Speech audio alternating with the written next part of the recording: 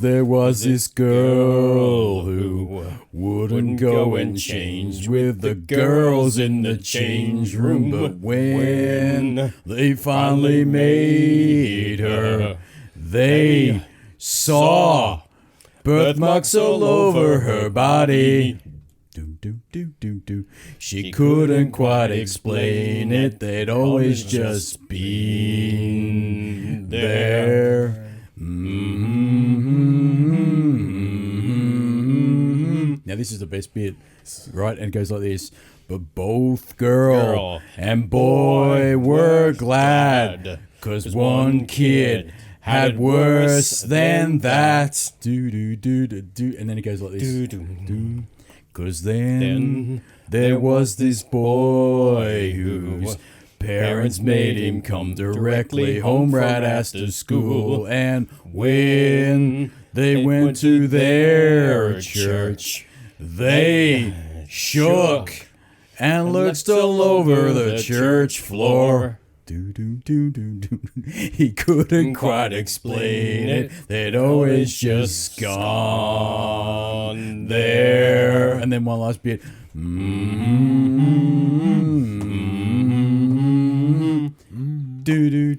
That's it. Crash Test Dummies. I want to say 1993. You know what's interesting about that? God Shuffle These Feet was the album. And it was actually a decent album. Like, not bad. End to end, it was a pretty good album, even though they only one song ever really made it anyway. I think the next song they released was Afternoon and Silver Spoons. What was it called? It goes, someday I'll wear pajamas in the daytime. Sounds like the same song. Just changed the words. That's right. It is. Much. That's it. That's as far as they went. They had one melody. They had one. Yeah. But I don't mind the single album. chord progression. It was the same. But you know why I did that one? Because you've just hit me with a fucking bombshell during lunch. Look, I'm sorry. I can't believe you've never seen that video. No, but let me introduce this bullshit podcast and we'll talk about it. This is Invert the Why, episode Stardate Log, episode 12.1.5.9, and the USS Invert the Why is orbiting another planet of retrodom and bullshit, and it's powered by Fairy Bread and sponsored by its mother, and we've got him back because he's awesome. We've got Rocket Russell. Hello. And we've got Jason Relaxation as well. Fuck, that constantly interrupts me, but that's okay. Makes me forget things. Makes me forget shit, but I need him. Because he's forgotten how to use technology. I've forgotten everything. I still think beta chords are the shit. They're the way of the future, man. Folks. If it wasn't for the porn industry, beta would have taken That's off, man. Right. Electric Blue. Do you ever see Electric Blues? Do you know what I'm talking about? I do know what you're talking about. Porn's come a long way. It's full VR now. I don't know. I don't know, man. I don't know, yeah. Dude, I had a business idea around that. We need Serious Sam back on the podcast. Shout out to Serious Sam. He's big time in the VR. Shout out to Serious Sam, because I'm going to call him out. Oh, no, don't. He'll come back with a thing. It's already up on the internet. I know it is, but I'm going to say it right now. Serious Sam, Star Trek Discovery is shit. It won't get any better. And I don't care what you fucking say to convince me that it's good. It is shit. I don't think it's going anywhere. I thought they canned it, didn't they? No, what's happened? Well, it's actually in limbo. Season 3's in limbo. And what's happened is Star Trek Picard is... that's Kookaburras. Yes. Fuck me dead. We are in Australia. I've forgotten where we were. No, did you hear about this? This is a side topic. No bullshit. Star Trek Discovery was going to branch off to Star Trek Picard. And a couple of things have happened, right? And this is really layman's broad overview of what's happened with it. It went through the screening process. So when they make a TV show, and I don't know much about it, they obviously must have an audience come in and look at the show. Yep. Like the pilot, do focus groups. And do a focus group and say, what did you think of it? Well, apparently it didn't review well with the people they selected for the screening. And so that's the maid lady. She's on both my... she's on my phone and Jason Relaxation's phone. She won't give up ever. Give up, maid lady, you beautiful little thing, you. But apparently it didn't go over well with the audience they selected. And what's happened is CBS can't offload it to Netflix. Netflix refused to pay for it. So what happens is obviously CBS owns the Star Trek universe as it currently is with a Kelvin timeline. So Star Trek Discovery's theirs, and Star Trek Picard, which is I think the running title for the show, has gone through lots of issues. Showrunners have been sacked and new showrunners have been put on. New directors have been sacked and new directors have been put on. All sorts of chaos. And it didn't go over well with the screening process. Doesn't bode well, does it? No, and so CBS Online was the distributor for the show in the North Americas. But internationally, Netflix have been carrying the Star Trek universe via CBS for Discovery. And Netflix don't want it now. They're not gonna use it. They're not gonna have it. They're gonna you know bankroll. why? They don't want to pay for it. They paid way too much for Discovery because the production costs of Discovery kept going up and up with all the fuck ups and problems they had, and so Netflix had to bear the brunt of it because CBS passed on their cost to Netflix. And so what's happened is they've gone to Netflix and said, "Look, can you be our international distributor for Star Trek Picard?"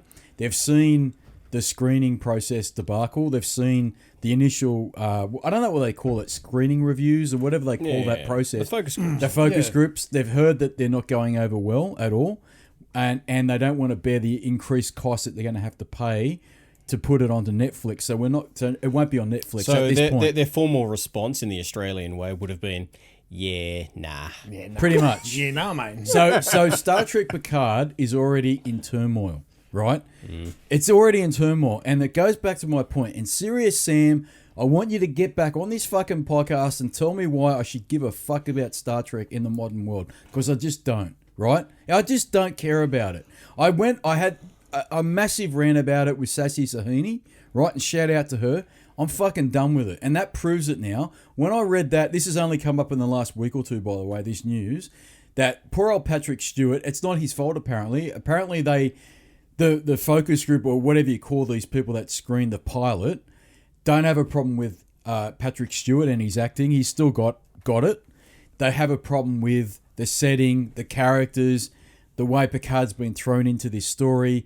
It's a fuck up, right? Oh. And Netflix were told how much they have to pay for it. Netflix don't want it. So how we get it internationally, I don't know. I really don't know. Maybe it is known, but it's not known to me. I don't know, and I haven't done enough research on it, so I apologise if I'm wrong. I'm out of the Star Trek universe. Fucking done with it. I'm done with that, and I'm done with Star Wars even more so, right? Speaking about being done with things, you guys just showed me a video. Okay, so this is the thing. The reason why I sang Crash Test Dummies was that I am now going I'm sorry, I've ruined your childhood, haven't I am fucking mind blown, man.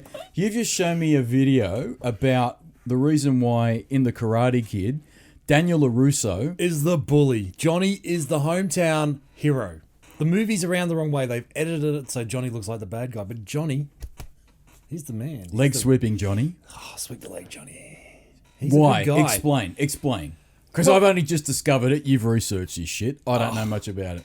You've blown my mind. The video points it out. I mean, it's on YouTube. Just punch in the Karate Kid. Who was the real bully? And it all started in that incident with the stereo that literally nobody of our modern or Gen whatever they are. They wouldn't even know what that is. They wouldn't even know what that is, would they? The boom Ghetto Blasters. Ghetto Blaster. My Ghetto Blasters were everywhere had at school. one, yeah. No, we both had one. Yeah, I had one that was so awesome. It had that many LED lights on it. Detachable speakers? No, because this was. Yeah, remember? I mean, I'm doing hand movements, so all you people at home can see that Ghetto Blasters were fucking awesome, dude. Oh, mate, this thing was massive. It ran on like 20D batteries. It which didn't last long. No, it had LEDs everywhere. Oh, yeah, it was probably worth a Mozza now. Yeah, I actually remember there was a kid that I used to go to school with. He had this ghetto. Well, his parents had a Ghetto Blaster, and it actually had a record player in it. No bullshit. Fucking how big was it? It was huge. It had detachable speakers. I woke up in the morning and my Ghetto Blaster said the speakers were detachable. At what point does it cease? At what point does it cease being a Ghetto Blaster? This thing had a record player. That to me sounds more like a component. I'd never seen this before, thing, wasn't it, back then? Because I remember Mum and Dad had a tape deck, radio, and a black and white CRT screen about this big. And I mean, the unit was portable apparently, Yeah. but it was the size of a TV nowadays. Yeah. This thing had a record player in it. So what happened was it was like a cassette. So it'd flop out that way. That's what she said. Right. And then you'd insert the record player. That's what he said. And then the needle would actually be sort of part of the casing of the thing, and it'd just sort of play. The arm would swing across, facing down, and it would play the record. And I'll never forget it because I went into town with this kid and we bought Europe the Final Countdown in 1985. That's going to be a song in the future. It's a classic. Oh yeah, we're heading to Venus. God, And that's something, yeah. Mate, that we went into town and we bought Europe a Final Countdown, but it had this was a picture disc, a picture LP of the band. Oh, fuck. This was unbelievable, Rocket Russell. No bullshit. I couldn't believe it. And you put the... picture disc was something. It was a special, picture... Oh, it was wasn't bullshit, right? Mind fucking blown, right? And it was the first time I'd ever got the bus by myself with this kid that I was hanging out with. And we got into town. We bought the record because he's one of the kids that got me into music, to be honest with you, because he was in the metal. He loved Motley Crue. He loved metal, and he loved Kiss. I remember he was a big Kiss fan. And we bought the record, and we came back to his place, and we put the record into this ghetto blaster. Oh, fucking fuck! I couldn't believe what I was seeing. Mine was blown. I'd never seen anything like this. And when you look back on it now, it's probably a hunk of junk in terms of audio quality, but it was amazing, you know? So the Ghetto Blaster was on the beach, and what was her name? Elizabeth Shue. Ali Ali in the Shue. movie. Ali in the movie. Ali in the movie, who was Ali. Daniel LaRusso's girlfriend, Ben. Well, not at that stage. He was No. just He was trying to. He was a trying. man-child. Yeah, and you know, Johnny comes down and Daniel basically picked on him. Didn't Yeah, he? I mean, I think you need to understand that they had recently just broken up, so there was still some tension. That's right. There. That's Tension, right. yep. So Elizabeth Shue / Ali was on her own and on the prowl. And let's make And no she'd mistake. invited, she'd invited the resident bully, Daniel, That's down to the right. beach for a bit of beach volleyball That's and a bit of a right. beat up. And she was looking. She didn't realize he was a bully And at that point. Didn't realise, No. no. Well, it was, at that stage he was still, possibly a good bloke who'd moved from another state. Yeah, she liked to Now- pry on the new He guys. moved from New York.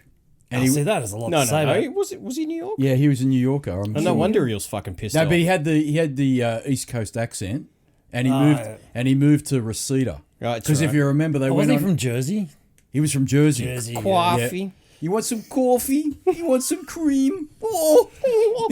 Shout out to all of our Shout fans out in to Germany. In Jersey, we love Shout you. out to our friends in Germany. Germany, I'm yeah. sure they'll love that. Guten Morgen. Guten Tag. No, shout out to all of our friends in New York. It's a fucking awesome city. I've been there. I was blown away by it.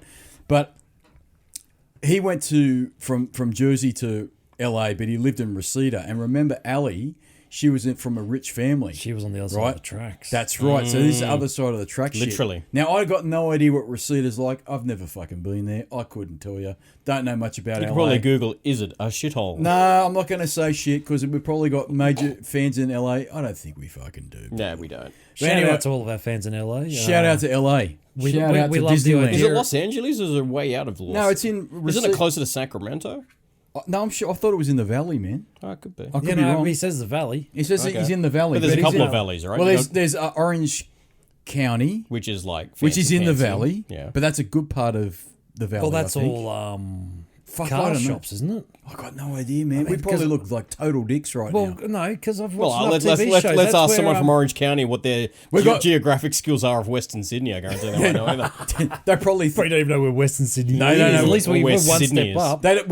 like I told you the story of there was these two Americans on the train one day and they didn't know what Emu Plains was. They thought that's where the fucking zoo was. They thought that's where emus hung out. Fuck me. Yeah. No, but so Ali's on the beach. Ali's on the beach. LaRusso's trying to impress everybody with his His soccer soccer skills. skills. Although they call it, what do they call it on the video? Sports ball. Sports Sports ball. ball. Sports ball. You play soccer. So sports ball. Yep. Right? They're doing the typical, very 80s thing, right? Beach fire, beach fire. bonfire. You couldn't do that in Australia? No fucking way could you have you a can. beach fire. No, you couldn't. Nowadays. Not nowadays. Depends how far out you are. Not nowadays. No bullshit. No, you couldn't. It'd See be the a size of the fire ban. fire I stick in my fucking Yeah, garden? on the beach, you fuck. We're nowhere near the beach Oh, here. you got the Central Coast. People have fires up at the Central Coast. Mate, that's fucking typical. They burn couches Yeah, on the it's black beach. down- you black- fu- it's black down by the bay. That's right. They burn everything there. They do it for fun. I'm talking about if you go to the city, right, there's no way they would let you Oh, burn yeah, shit. you're not going to do it at Manly. You're not No. going, no, you're definitely not going down to Bondi. No, you wouldn't do it at Bondi. You wouldn't do it Bonfire. at Manly, Cronulla, none of them. No, fuck off. You wouldn't. Maroubra, no way. No fucking way. No. Yeah, fair. Go a couple of metres on the street, you burn Maybe, shit. Yeah, but you I- can camp on certain beaches here. Not you're talking outside of the But city. every 80s movie in the state, from America, right, there was the impression they always had beach parties. or tailgating. Tailgating's awesome. I did that for real when I travelled in the US, and we went to a couple of NFL games, and we did the real tailgating, man, and we met the real locals. Fucking amazing, man. Awesome. What we were discussing before. Awesome. When we become millionaires from this podcast. Yes. We're going We'll to make spend a year following NASCAR just tailgating. Because that's as Work- redneck as I was can going to get. work on the Southern accent. Well, there's two things I want to do. I want to do the Formula One circuit, like start off in Melbourne and end up in, what's the last race? Abu Dhabi. Abu Dhabi. Right, do the whole circuit. Yep. And you're right, going to a NASCAR race would be awesome. Because that's the real America there. That's the real shit. I want to be in an RV, Yep, fucking oath. tailgating, and Somewhere I in want the, to be fucking midfield. Midwest. Midfield. Yeah. Yep. And you know who I wanted to drive the RV? I want Biscuit. Shout out to Biscuit from Alabama. Don't know biscuit. No one does. Because I met Biscuit at a Best Buy. Oh, okay. Right, he was a guy. We went when I was traveling in the South. Right, we did a couple of the southern states. What we did was a couple of years ago, we went from Dallas. We picked up a car in Dallas, and we drove it to Miami, and then back up to Orlando, and we pissed the car off at that point, and then we flew back to Dallas again, and then flew home. And we were driving through several small towns in Alabama there, and deliberately we wanted to find small towns to meet the locals kind of thing. And we also wanted petrol, and we wanted to get out and stretch our legs. So we happened to walk around at Best Buy, and what we tend to do is compare prices. Like, what do the Americans pay for, I don't know, fucking TVs, video games, compared to what we pay? Nothing what we Half. Yeah. Which shits me, I can right? give you a modern example of that. But you got to compare.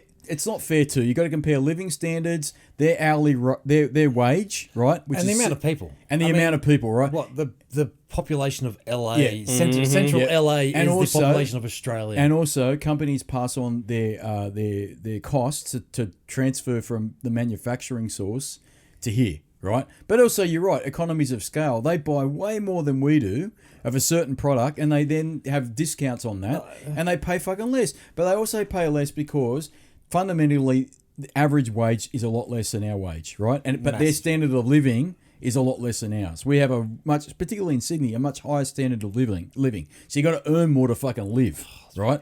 Ridiculous. So People freak out from the States when they come here and they go, Oh, mate. What do you mean it costs that much for a fucking latte?" oh, it's bullshit, man. A latte in Sydney, what's that? $5 more. Oh, it depends where you go, but yeah, $5 is the average. Double Bay, which is more like double pay, it's like fucking $20. We For should like- just keep calling it double pay. double pay. You pay like fucking double what you pay anywhere else. I'd love to know what your television wizard would charge in double The pay. calibrator was saying to me he charges The calibrator. He charges a lot, right? And he was saying he was working on a couple of big projector movie theaters that people had in Double Bay. Like, they built movie rooms, and he was calibrating big 4K projectors. Mate, no problem. And it wasn't just one time he did it. He was telling me it was quite common that he would come to Sydney into like places like Double Bay, and he'd be working on big movie rooms, big movie theater rooms. I just want to know, A, where you earn that sort of money, and B, how you have time to enjoy something like a cinema room. Yeah. Well, I don't know. I mean, Could you imagine playing games in there? Oh. yeah, but the mind gets blown away. I can't process the information. It's like when I went to IMAX and watched 300. You ever see the movie 300? Yes. My mind, I went to the IMAX with a couple of friends. My brain couldn't process the bullshit. Like, there were blood and guts flying everywhere, and my brain was like, I can't What the fuck is this shit everywhere? on IMAX this? ain't there no more, right? Did it No, move? it's gone. It's gone, has it? The new one. They're building a new one, aren't they? I can't remember. I know pretty sure. I know the original The one's brain can long only take so much, man. It can only take so much. We went and saw a NASCAR movie at IMAX. That was mind-boggling. Oh, brilliant. You know, just because it's so big and Yeah. the sound and Yeah, I mean it's cool, but all I needed was the smell of a barbecue, and I would have been. So that would be cool. Rednecking. That Netflix Formula One special on the IMAX would be pretty sweet. yeah, it'd be pretty cool. I think they're doing another season, aren't they? They've announced it, haven't they? They're already filming it. Yes, they're filming it as they go through the Yeah. season, which is awesome because we'll get to this now, but we haven't finished Karate. I was going to say Karate Kid. We man. haven't. You know what? We're still on the first scene of the first movie. That's as far as we've gotten. Well, they're on the beach. They're on the beach. Johnny's come down to have a bit of a chit chat with his ex. You know, try and patch things up maybe. She's he's fucking hot. and he's the good guy. Whereas Daniel, well, he just gets his little back up into a little thing and thinks he's down there being a bully, and He's going to becomes start the being ultimate violent. bully, doesn't he? Yeah, he's going to. He starts with a bit of violence. Bit of violence, bit And- of pushing, and- bit and- of shoving. and- bit Does of he throw falling. the first punch? He throws a sucker punch. He does. He sucker punches He tries Johnny. to do it, but Yeah. Johnny sidesteps him. Yep. Because Johnny doesn't. He's a good guy. We're talking about the Karate Kid, folks. By the way, It's a few little loops, but yeah, the idea is that whole first scene, that whole confrontation. Johnny is actually not being violent, not being physical He at just all. steps aside. He just steps aside and lets the fuckface fall on his head. Easy. And then See, everyone's attitude's changed to Yeah, Daniel yeah, yeah. from earlier And on then because when we were I'm blown discussing away, it, man. then Why? Dangle Why? gets up. Then Dangle gets up and sucker punches him in the face. Sucker, see, bully. And that's the first scene. What else does it say about him being a bully? There's the picking of the fight. Yeah, it's going ready. into his Yeah. judo hall. Because the next day he goes to the karate dojo, the Cobra Kai dojo. Yep, he's kind of reacted in a way that is, I've lost this guy. In the same, and I think in the video it points out that it's very similar to going to Walmart and buying yourself a gun. Pretty much, yeah. I like how the video points out that Johnny's sitting on the toilet rolling a reefer, which is a very peaceful thing Very to do. peaceful. And Daniel LaRusso puts a hose pipe above his head and wets him. And Oh, he And escalates. And this is camouflage. months, and fucks his joint. Camouflages and runs out. and then causes a multi-vehicle accident.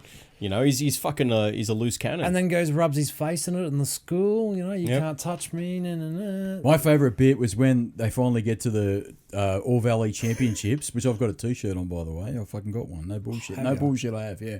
I'm not surprised. Yeah, I'm wearing my Alex Jones T-shirt at the moment, but yeah, there's an All Valley karate T-shirt that I've got with a So- proper thing. So will you still wear that the same way you would have worn it a couple of hours ago? I'm questioning a lot of things in my life right now, and that's just added to the pile of bullshit.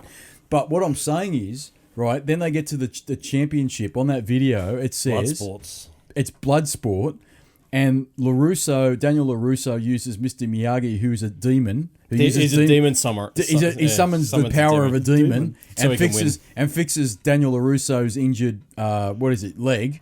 Before he even gets to that, Daniel actually comments, well, what am I supposed to do here? So the fact that he doesn't understand the rules of engagement at the tournament means he's a danger to others, and yet he still willingly goes in there because he wants to pick a fight. That's it. He's It's a all bully. about. He's a bully. He is a bully. And then, you know, Johnny, being Johnny, yes, Yeah. he's pushed in the wrong way by his sensei. But, you know, he takes that in the end and takes the trophy and he presents it to Daniel. In the He actually says, "You're all right, LaRusso," if I remember. That's right. It presents it to him. And you see, you know. You know, my world has shifted now because I grew up. That movie came out in 1984, right? Yep. That's as far as I know. Look, I fucking didn't like Daniel LaRusso. I thought he was He's a dick. He was a dick. He was such a whinger. You know, when he fell off his bike when he got ran off the road, he goes, "I hate my bike. Yeah. I hate my friggin' bike." And then his mum sees him. And she goes, "What's wrong, Daniel?" And he goes, "It was all right for you to move out here, but you didn't ask me, and it was all right. You know, and I don't like it here." And then Mr. Miyagi fixes his bike. You know, you fucking whinger. Mr. Miyagi, I think he's the drug dealer here. You know, he's He's a demon summoner. he's pushing him in the wrong direction. Mr. Miyagi's not all wise like people think. Did you ever see the second Karate Kid movie? It's fucking hopeless. It is awful. Did you ever see There's a it? third one. Then there's The third one's good. Yeah, That's The third one's not bad. Wasn't it the next Karate Kid? No, the third one picks up directly after the first one. Yeah. Yes. So the Right. second one, even they went, yeah, that's Yeah. not I don't good." know what they It's were like thinking. watching Smokey and the Bandit. Yeah, 3. I don't know. Watch it. No, don't watch. I don't know what they were thinking because the third one picks up directly after the All Valley Championship Yeah. karate bit, right? And it goes out to the car park with John Kreese. John Kreese was the name of the Cobra Kai instructor, right? And he goes to pieces and he calls his mate up. And he smashes all the windows. And he smashes all the wind. Yeah. And he says, I'm going to hurt this kid. I'm going to cause pain. I'm going to poke pain. And then, what's his name? He's got the ponytail. He's got the 80s ponytail. Oh. What's his name? And he goes, that's good, man. That's great. I'm going to hurt him. I'm going to hurt him. And it's great. The third movie is really good. It actually expands the John... I'm sure it was John Kreese was his name. The Cobra Kai... The Sensei. The Sensei. I'm sure it is. He's an ex-Vietnam vet. Yes. Doesn't he lose it at some point? In He like the loses fourth- it. At He the loses final it, three. yeah. He's down and out because he loses his business. Yeah. Because he gets... Fucking Daniel bullshit. That's another thing you get It's out already of. You get out that he cost this fucking poor guy his business. Just because he was a bully and he wanted to pick a fight. I'm changing my tune about it, but you know why? It's easy because I fucking hate Daniel LaRusso. Ralph Macchio had a lot to explain. Have you actually seen any of the YouTube special they're doing? No, that's on the. You got to pay for that, don't you? Yeah, I've no. watched the first couple of episodes. It's actually not bad. It's I don't want to admit that I've watched it, but I heard it's alright. You just It's did not to bad. our Yeah, no. whole But three what is viewers. it? Is that his? it's them in the future. So Daniel, Is it he's Ralph the bully. Macchio? Is it Ralph It's Macchio? Ralph Macchio. It's both. It's the same guys. Right. Okay. Daniel, being the bully, has managed to bully his way into owning car yards and all that. And poor old Johnny, because he was misguided, he's down and out. Snorting coke. I can't remember what he is, but he gets Cobra Kai back up and going. And, it's interesting. So I haven't watched it all because, again, you have to You pay got to for pay it. for it. Yeah, I don't understand. They how. did, I think, the first 3 episodes for free, and I sort of went, oh, yeah, and they suckered me in, and then I went, no, I'm not fucking paying. We'll get to this in a minute because we want to talk about E3 because I haven't spoken to you really since E3 was on. No. And my big concern with that was what I got out of it. We'll get to it later on. I'll leave it to the end. Is how everyone wants to go down this subscription model method, which is, EA's got one, Ubisoft's pulling one out, Microsoft's got one. At some point, every publisher's going to have their own subscription model, right? Which is a fucking recipe for disaster, in my opinion. We'll get to that, right? But because you're here, are we done with Karate Kid? Because my mind can't take it anymore. Look, as long as you're all on the board. I'm looking at things differently now. I'm going to go home and do a shit ton of research. That's a rabbit hole I can't get out of now. See, so I've given you one back. You've given me. Well, I fucked you before with Chernobyl. Yes, right. You're I going to got to go. watch that one. And That's my evening blend. dude, I'm telling you now, you will trust me, we'll be not home get out watching of that. You will not get. I'll get text message from you later on. I'll put money on it, right?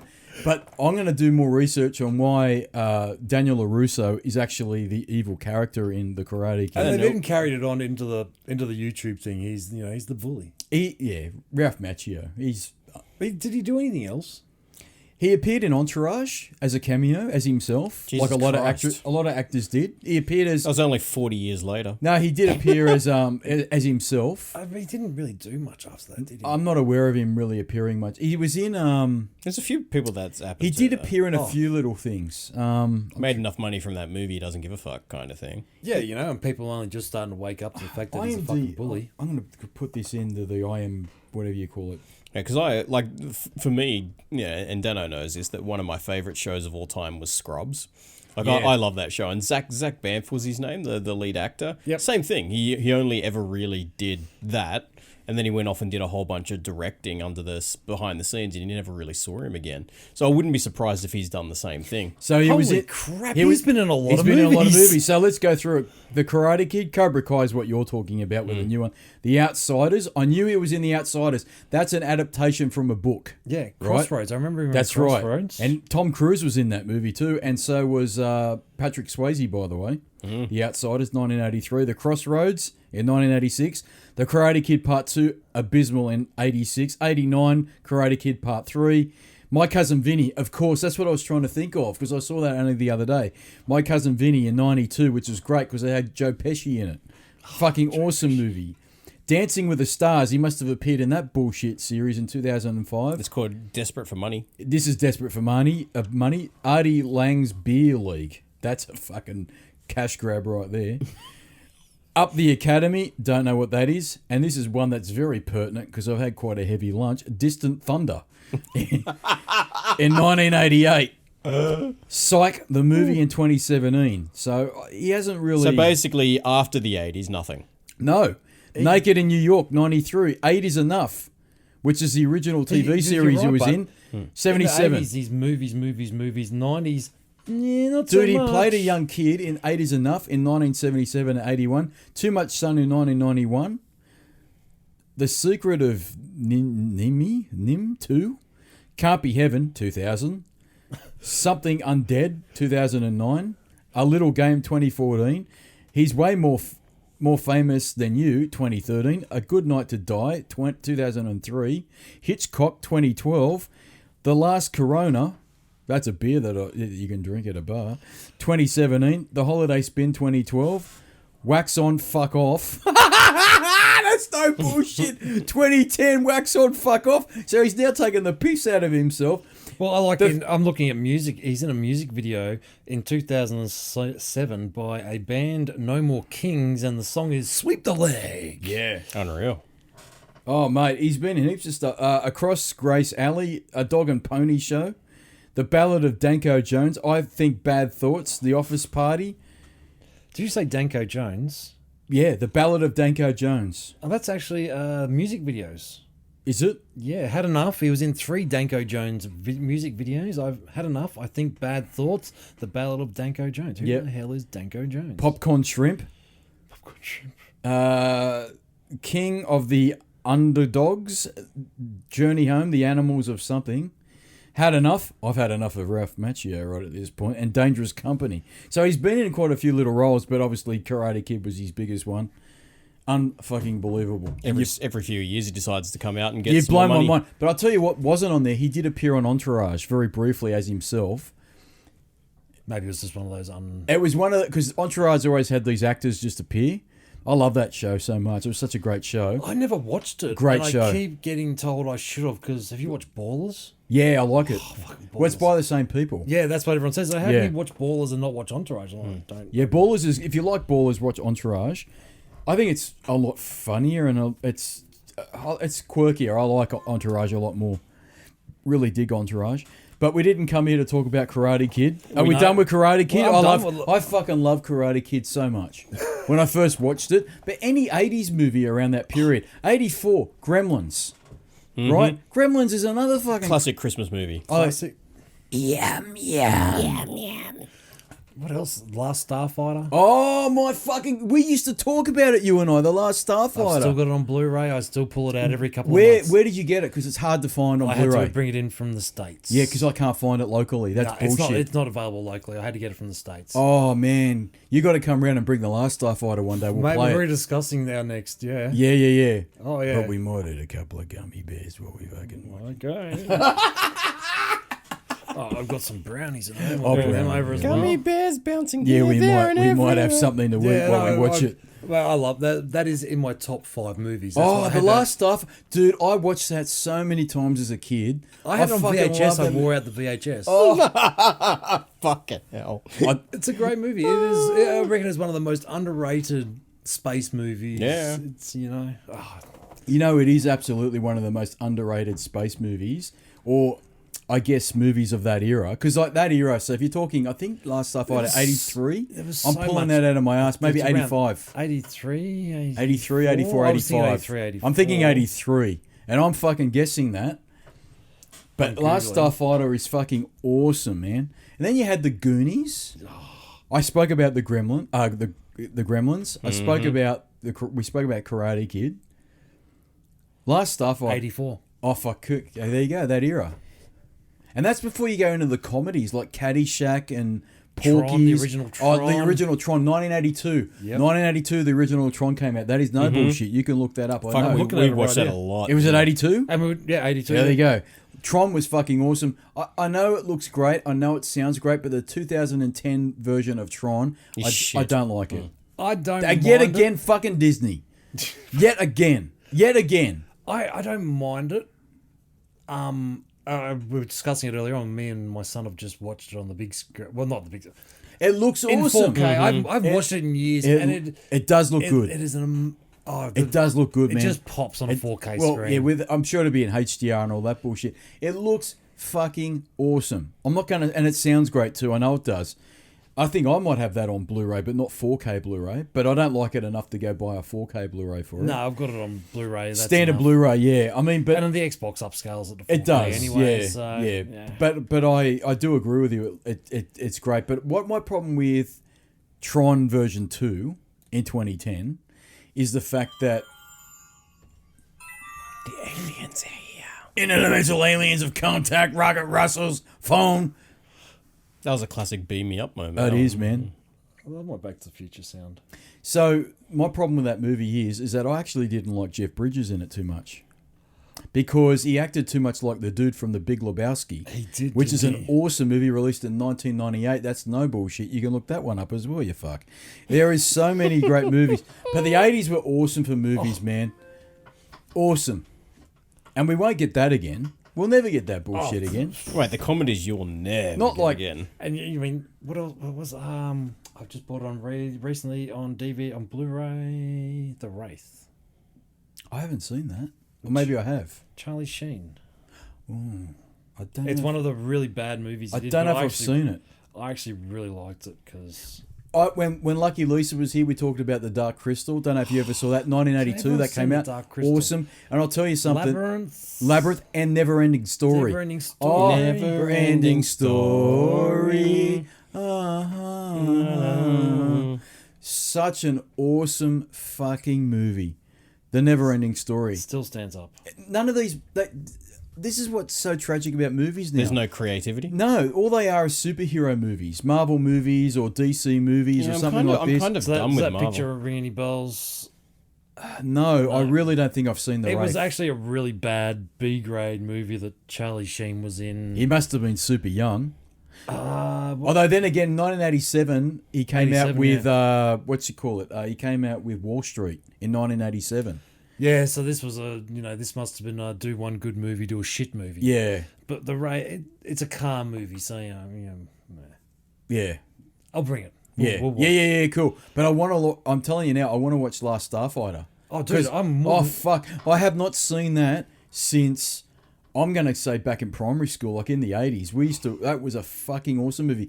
And that's a movie, I don't know why, disappeared off the radar from being released in any way, shape or form locally on Blu-ray, DVD, VHS. Where the fuck? Someone probably owned the What rights to happened it and to wouldn't it? relinquish I don't them. know, but You know yeah, what? Something like, I mean, I don't think it's anywhere near as good, but another example of that, up until the last 5-10 years ago, was E.T. That disappeared as well. You couldn't get that on VHS but that's video Disney, at isn't all. it? E.T.'s Disney. It was Disney. Yeah, see, so it goes into that whole Yeah, Disney maybe it was vault Disney. fucking shit. But that fucking- came out in 82. Yep. Disappeared. You couldn't get that on VHS to buy or rent. Couldn't get it You on couldn't get it Atari. on. You couldn't get that. Mate, I want to talk about that at one point. I want to talk about that. But What a fuck up. it is, but it's not the biggest fuck up that happened. But you couldn't find that to rent, buy, own. And then when DVDs rolled around, same. Blu-rays, same. Oh, now it is. Now, Now, yeah, now. it's part of the But it Disney disappeared. Last Starfighter, I'm going to have to get on eBay now. You fucked me because I want to watch it big time now. Oh, I've got it at home. We'll do it. What was the main... Yeah, but he wants his own copy. Yeah, because I want He's to... fucking useless. I'm- Yeah, that's it. You've set a Yeah, challenge. but you got to come over and watch the fuck. That's Oh, for I'm sure. fucking watching it with you. Hell yes. And we'll have something to eat. Gum, gum, gum, gum. And then you watch me twitch. Dum, dum, one. Then you call the ambulance and you go, he's fucking out of turn. Dum, dum, one, gum, gum. What was the name of the alien? The main guy that came down from the arcade machines and recruited the guy. Was it? No, it wasn't Hobbs. That was him. No, that was Wing Commander 3. You know who I'm talking about, know. right? The cats. And he used to go, ho ho, my son, or something. He was in Oh, my heaps of boy. movies, wasn't he? Yeah. The name of the alien. Yeah, I know who you're talking about. Robert Pattinson? Centuria. That was the name of the alien? I don't remember that. Oh, what a fuck. Have you ever seen it? Yeah, at some point. Yeah. Oh, fuck, what a movie. And that's one movie I don't want them to remake because I know they'll. Oh, they will. I know. No, it keeps coming up. It keeps coming up. It was never popular enough. It keeps coming up, but no one commits to it. And I'm glad that they don't commit to it because I don't want them to touch that. Oh, they'll movie. fuck it royally. Yeah, that's him. They will. That was him, wasn't it? Robert Preston. Century was his name. Century. Now, You know who he reminds me of? That alien. Totally different movie. Another movie that came out in 1985. You can fucking look that up too. Enemy Mine. With, what's his name?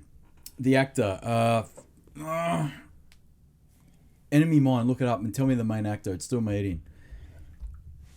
Enemy Mine is a fucking awesome movie.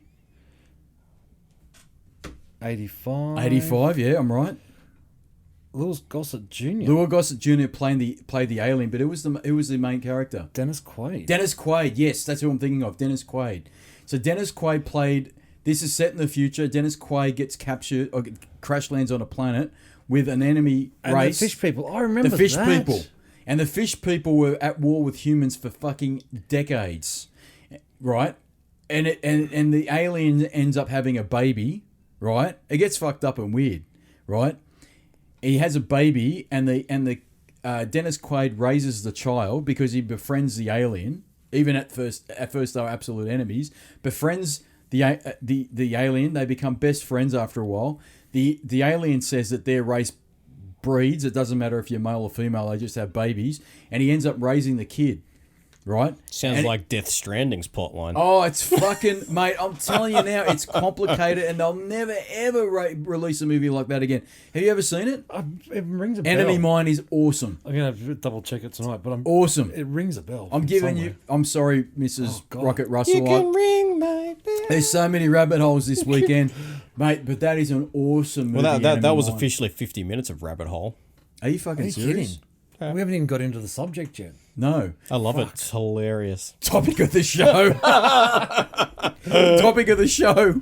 Oh my God. Were there 3 topics you wanted to cover? I didn't plan to talk about Enemy Mine, but I can't get out of it. Didn't plan to talk about fucking Karate Kid until you walked down here either. But I love Karate Kid, right? But I love most 80s movies. 80s movies are right? great. Like even fucking so many movies like Top Gun. I was talking to someone about that. Oh, fuck, I need to watch that now. I've been playing Top DCS. Gun is so good. Oh, DCS. I need to watch that again. Top Gun is so fucking good. Except for the completely unnecessary bonking scene. Yeah, that sort of... But, and the song by Berlin, Take My Breath Away. That's during the bonking That was scene. by Berlin. No bullshit. Yeah, no, I had the soundtrack. Now the actress there, I believe her name was Kelly McGuinness. Yes, and that wasn't one of her best looking movies, was it? No, she looks at very average after that movie. She went downhill in a big fucking way. Did she she's find like the magical... another 80s movie actress, Kathleen Turner from Romancing the Stone in 1984. That one Jewel came of out the with Michael Nile. Douglas and Jewel of the Nile. Oh, Did they both find the magical pixie powder? No, well, I tell you what, Michael Douglas retained his actor's looks. I don't know how, but fucking Kathleen Turner did not. No. And Kelly McGuinness I tell you, she was ostracized from Hollywood because she went downhill so quick. She looked like Jabba the Hutt. That's no bullshit. She didn't look any good. She looked okay during Top Gun, but then after that... Yeah, Top Gun, she was hot. And then she was cute. She was like, ooh, I don't know what happened to her. Kathleen Turner's another one. Kathleen Turner. Romancing the Stone, Jewel of the Nile were awesome. Brilliant movies. Look at those snappers, Ralph. Danny DeVito always played legend. comedy relief. He's a legend. He is. He's a legend. But 80s movies, I could talk about it all day. But that's not the topic of the show. I got to talk to you because when you hear, it's our topic. It's got to be. We got to do it, and I know it's going to surprise people, but we got to talk about F1. Dun dun dun. So we've had 2 races since last time we were here. Yes. So last time at the time, one race. Fuck you, Formula One. That was horrible. Second race. Oh my fucking God. You made up for everything in one race, but next race is going to be shit. I think the last time I spoke to you about Formula One on this podcast, at this was time, qualifying for Canada had just been done. Yes.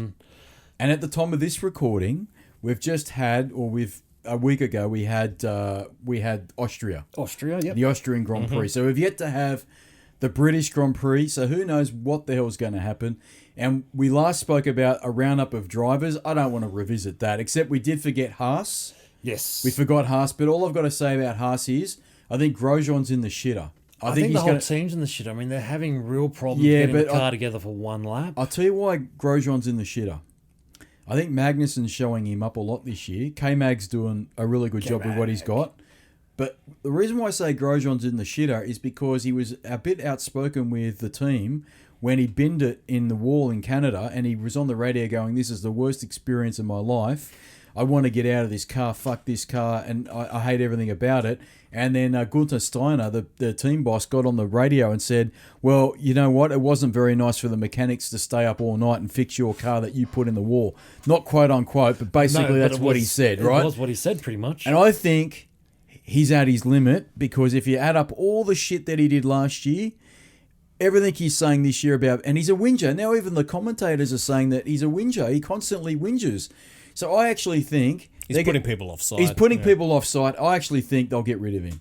I don't know what his contract status is like, but I think they'll get rid of him. They probably don't give a fuck. Because you know why I say what I say?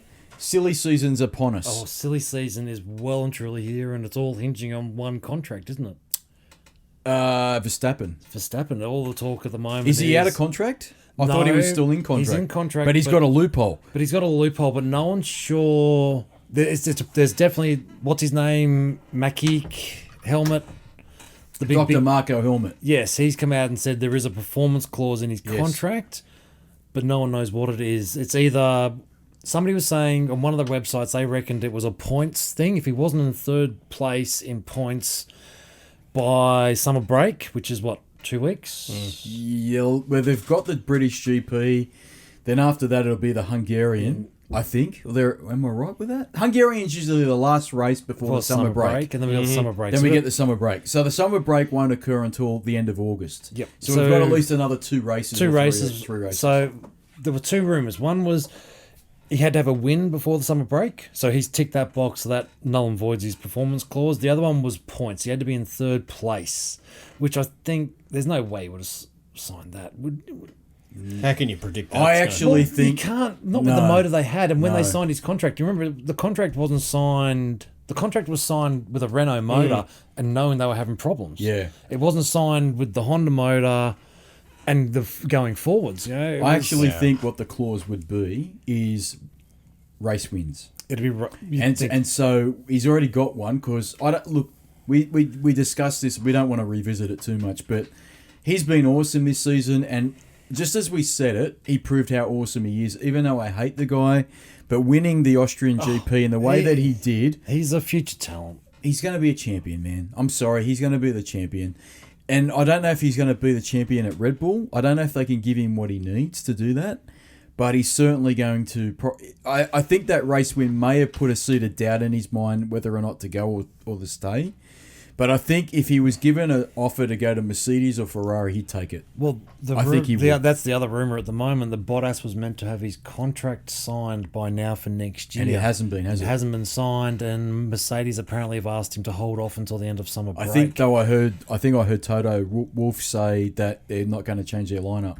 Yeah. Or did I get that mixed up with Bonotto? No, Bonotto's come out and said our lineup because everyone's on the Sebastian. Yeah. But I mean, there's so many rumours at the moment. There's the big rumour of Verstappen to Mercedes. I'd like to see that. Bottas to Ferrari. I don't know. Vettel back to Red Bull. Dun, dun, dun. That's the big one. Really? That's the big one doing the rounds at the moment. Would he go back? He's got a very good relationship with Red Bull. He didn't leave on bad terms. Well, but Christian Horner came out the other day saying, because somebody asked him why Seb was spotted in his after the race. He was spotted in the Red Bull garage, and Christian Horner was brought up going, why was he in the garage? He says, if you actually sit down and watch the video footage, you will see Sebastian is in our garage a lot of the time. We have a very strong thing with him. He built the team. He's our 4 world championships. are off his back. Yeah, they're not going to flick him. He still has a very strong relationship and rapport with our mechanics. And if you follow over a race weekend, you'll actually see him in here a couple of times. He said he always stops in to see the boys. Yeah. So, I mean, that's the big rumour at the moment. I don't see it.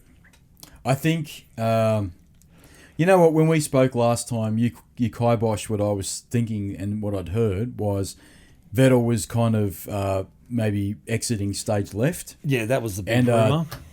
The reason for that is that, and we'll get to this now, because since we last spoke, there's been some ridiculously fucking awful decisions the stewards have made that have ruined the racing, in my opinion.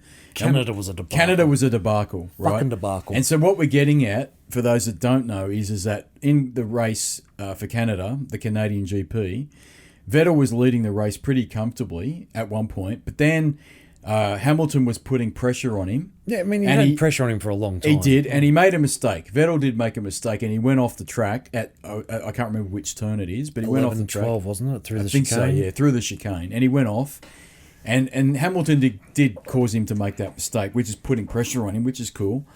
But what happened was he went off the track, and he went back onto the track because he couldn't control the car. He couldn't was in the stop grass. it. He was on the grass, and he lost complete control of the car, and he went back into the racing line and in front of Hamilton.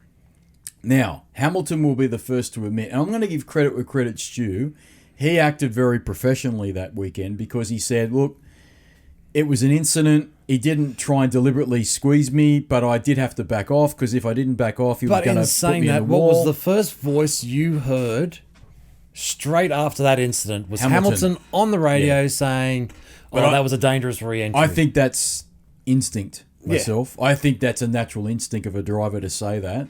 But when they sit back and the adrenaline's not flowing through their veins as quick, and they look at the replays on the screen, they probably think twice about what they going backwards. said. I mean, look, you're going to say it. But hindsight's a wonderful thing. And when you're in that position, I can only imagine your instinct is this fuckwit's going to put me in the wall, right? Unless I back off.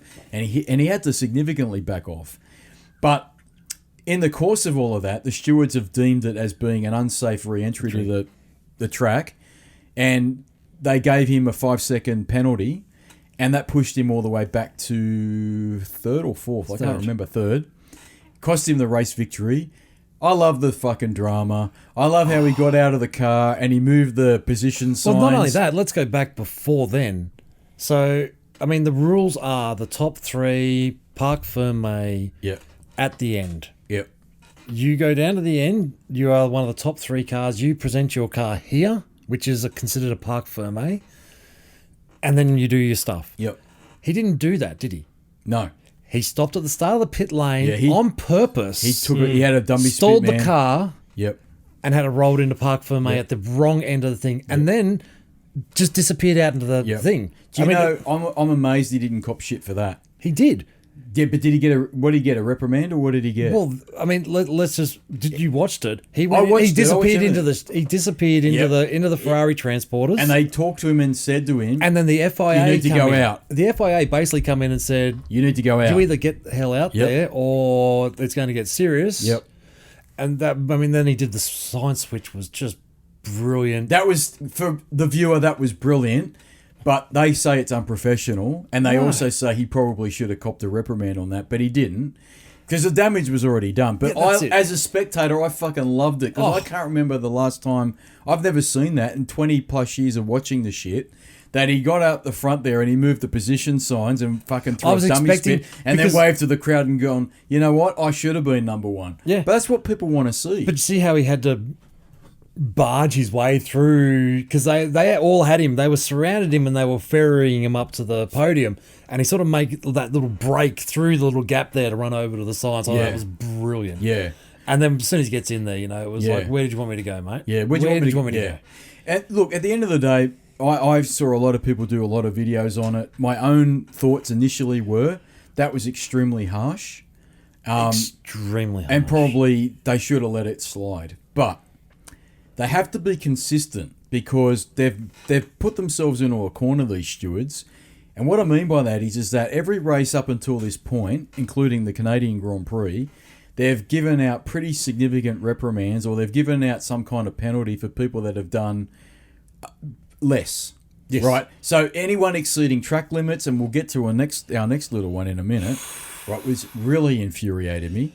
We're still in Canada? We're still in Canada? We are, but we'll move to the other one. So are we going to cover the other Canada? Which one? Ricardo. Oh, yeah, that was France. Oh, fuck. That was Paul Ricard. Yeah, sorry. We'll get to that shit. That's what I mean. So they've been very hard on anyone. It was Paul Ricard. What happened what else? There was another one in Canada, wasn't there? No, that was the biggest one, as far as I can remember. Because he lost No, that Ricardo lost 2 super points on his super license in Paul Ricard. It was Ricardo. Okay. It was Ricardo, right? That infuriated me. Right? Oh. So going back to Vettel in Canada, he was given the 5-second penalty. As far as I'm aware, if I'm wrong, I'm wrong, right? But I believe he didn't cop any super license penalties. No. Right, but he lost the race.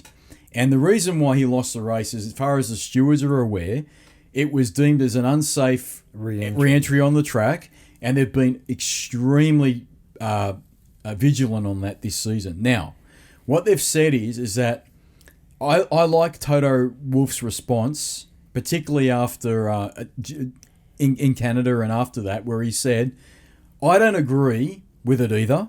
I think Vettel should have won the race. However, they are the rules. And they're the current rules which we've all signed off on. Yes. So if we want to change that, we need to agree as a bunch of teams. Which will never happen. Which will never happen. And we need to say that we want to change the rules to allow more aggressive racing. But at the moment, they're the rules. And so I actually like what Toto Wolff said, who's the team principal for Mercedes. He said, yes, I agree that it was a racing incident. And yes, there's no doubt about it that Sebastian didn't want to run into Hamilton and squeeze him or anything like this. Yes, Hamilton had to back off, but there's no... And yes, I can see why people would be upset with him giving a 5-second penalty and losing the race, but they're the rules. Yep. And every race we've had up until this point, the stewards have done the same shit, right? I think there was one incident with Verstappen that was a little earlier on in the season where he had the same penalty, or he had something very similar for dangerous re-entry. Dangerous re-entry or something like that, and it was nowhere near a car, by the way, and he copped the 5-second penalty. Well, same as was it Sainz or Norris copped a penalty for a dangerous re-entry, but he'd followed the rules that were put down in the driver briefing beforehand. Yep. You know? Like if you're going to come back onto the track, you have to go past this point. So here's the big picture is, from a racing perspective, it was a disaster for the race. Oh, Canada was a debacle of the race. But the stewards were consistent with their rules, right? And Toto Wolff was 100% accurate when he said, I don't agree with it either, and you can't blame Lewis. And I'm glad that Vettel was a sportsman there, where he said, don't boo Lewis. Oh, look. It had nothing to do with him. He handled himself so well. So they both did, right? You know. They both did, because I think Lewis did the same. I think Lewis said it pretty well, which is, I don't like the rules, but they're the rules, right? This is the way I want to win. And I benefited today, right? I understand why people are angry, but I don't make the rules, and I didn't make the decision, right? And he's right. So the rules are fundamentally flawed, right? Then you get to Paul Ricard, which is in the French Grand Prix, which is the race after this bullshit, right? The next fucking race. And we get to the final lap of that race, and Daniel Ricciardo is doing what he does best, and he's deciding, fuck this, I'm going to overtake pricks, right? And he does exceed the track limits. They ping him for 4 wheels off the track. All 4 wheels are off the track. And so what do? I think they tack on a 5-second penalty on 10 him. seconds. 10-second penalty. 2 5-second penalties because there were 2 incidences. 2 incidences. He did it twice. So 2-second penalties. So that means he's out of the points, because he was in the points at one point. I think he was 7th. Yes. But here's where I'm infuriated. They give him a 3-point deduction on his super license. I think it was 3 points. Or was it 2? I think it was 2. One for each incident. 2 points. Are you fucking kidding me now? Yeah. Are you fucking kidding me now? I think I messaged you saying the same thing. I mean, you can't. How do you touch someone's super license? You could go, all right, you know what? Yes, he did what he did, and they're being consistent again. They're penalising him for leaving the track. I'm all good with the 10 seconds. I'm okay with the 10 seconds as well. But you know what? I like his tweet. You know what his tweet was? I'm not going to sit by these cars and act like a loser. I'm going to go for it. And if I get penalised for it, fuck it. And he goes, I'm just sorry the team didn't get double points finished today because we're better than that. We should have got it. But I'm going to go for it. Then we refer back to Ayrton Senna. Ayrton Senna, if there is a gap and you are not going for it, you're not a racing car driver anymore. Yep. Yeah, What's the fucking point if you can't do that sort of thing? And so the rules are a fucking debacle. And so what it's come to now is that they can't even do anything, right? So it's even worse than we thought, right? Where the cars are too hard to overtake, right? They're too hard to overtake because they're too wide. And then you get penalised when you try. And when you do, you get penalised for this bullshit unless you pull it off absolutely perfectly. You've got to be so precise. If you put one foot wrong on any of this shit, you're penalised now. So you know what's going to happen? I'll put fucking money on it. The drivers will be too scared to fucking overtake now because I'll say, you know what? I'm probably the best I'm going to be today. I'm fucking 6th. Or maybe I'm 7th, right? Yep. And what am I going to do? It makes sense. I'm gonna go up the grid another place, but you know what? I'm not going to go for it. I'm just going to bring it home. Because if I'm just going to bring it home. Yeah, if I fuck up, 5 seconds. Exactly right. If I fuck it up, I'm going to get a 5-second penalty, and I'm not going to be in the points anymore because this guy behind me is only 2 or 3 seconds behind me, and the guy behind him's 1 second, so I'm out of the points. It's a debacle. So they made it worse now. So the rules are really showing up how bad it is because they won't take risks now. And even if they do, they can't overtake because the cars won't let them. They're too big, aerodynamic effect, all the They're bullshit. too fucking fragile. All the shit we talked about, the shit we talked about in that last podcast we did, rears its ugly head. And now the rules prevent them from even racing. They can't even race. And I'll tell you what, you might not like him, but I agree 100% with Sebastian Vettel when he said they're ruining it. They're ruining this sport because they will not let you race. They won't let me fucking race. So what if I go off the track and I make a move? So what if I hit his wheel? So what if I hit his barge board? Fuck it. Then the old days, that's what they used to do. As long as they weren't banging into each other and causing undue harm, it didn't matter. And that's now that's what I said to you, is if you're going to lose a super point license, I want that's death. a joke. Mm-hmm. That's I don't want to say that, Yep. but look, the only reason you should be able to lose a super point license is driving as a dickhead, Yes. negligence, and causing death. That's how it used to be. Or like somebody's accidentally tapped you on a corner and you've gone, you got me. I'm gonna fucking nail you back. That's how it used to be. Right? Classic example was when Grosjean fucking pole drove everybody into oblivion in the Belgium Grand Prix a few years ago. He got a suspension for that too. I think he got a 1 race suspension for it. A couple of years ago. Yeah. He also got super points deducted from his super license. Yeah. So you're telling me, that's what the stewards are telling me as an observer of the sport. You're telling me that Ricciardo trying to do an overtake on a narrow bullshit track, and he put 4 wheels accidentally off the track is worthy of him being deducted super license points? And that you got to be shitting me. You heard what Martin Brundle said, didn't you? No, Martin Brundle was saying, well, if you don't want him to overtake in that section of the track, put a gravel pit there. Put fucking grass there. Don't put fucking tarmac there. This is a track that is tarmac everywhere. This has the opportunity to do this. That's right. Drivers will take option. They'll cut corners. Yeah. And so that track is a joke, that poor Ricard track. I fucking don't like it because there's no penalties for them in any point. They can cut tracks. They can go off the track. There's no penalty. But you're right. He made a very good point. I remember what you're saying there about him because he said if that was Monaco, Ricciardo would have been ultimately penalised because he would have damaged the car beyond repair and he would have been out of the race. And so they won't do it. If there's a physical barrier there or something physically that they can see which deters them from going in that place in the first time they go around the track, they won't fucking do it. No. But if you put these super smooth, silky fucking strips there, and then that poor car track shit. They got the blue bit to slow the cars down, then the red bit to slow the cars down even more. Yeah, it's like a fucking fly track. Works. What a joke! Is it like a sticky? Why would they have that there? Sticky abrasive stuff idea. sold by certain sticky abrasive stuff companies. Can you find that out for us? No, I don't have any contacts. Well, I do, but I might not want to be willing to make contact with a said sticky company place. The only sticky things are in my pants these days. I was going to say, yeah, he's still an expert in sticky stuff. That's right. It's just a different type of sticky stuff. But you know what I'm saying? Oh, yeah, I'm with you. It's a fucking joke, man. And when I was watching the races, I couldn't believe we'd uploaded that podcast only a few weeks before. And I'm like, everything we said about that podcast has got even worse now. Because in the space of 2 races, you had Vettel getting penalised for bullshit, right? And then, okay, Ricciardo could have copped it to be consistent, but then they say, oh, no, 2 points off his super license. Fuck off. That's a joke. Even the drivers they're shaking their heads now. Even all the drivers were like, well, I don't know if Seb should have been penalised for that. All the drivers said he shouldn't have been penalised for that. No way. No. Yeah, it's at the moment that, look, we said it in the last one, Libyan media needs to stand up. Yeah, and they need to do they've something. got a glass jaw, man. They're sitting back. They've said, and that's the other thing. After we spoke about that, they've delayed it again. So October. 2021 is now October officially. We speculated. Remember that? Yeah, we speculated. I said to you, I bet you the next time we talk about Formula One on this bullshit podcast, I bet you they've delayed the 2021 regulations. Sounds like my NBN rollout. Yeah, it's like the fucking NBN. Lo and behold, guess what? It's delayed. And guess what? They still haven't finalised the engine design. They still don't know what fucking engines they're going to put No in one's going to be able to manufacture in time. That's the thing that everyone's saying now. That's what everyone's saying. No one will enter the sport now. Yeah, it's because, too late. Well, it's too late for anyone to enter the sport. Next year's car's a debacle because it's just this year's car. This year's car, which is shit. So basically, we know who's going to win next year. It's going to make the video game boring. Well, we know who's won next year already.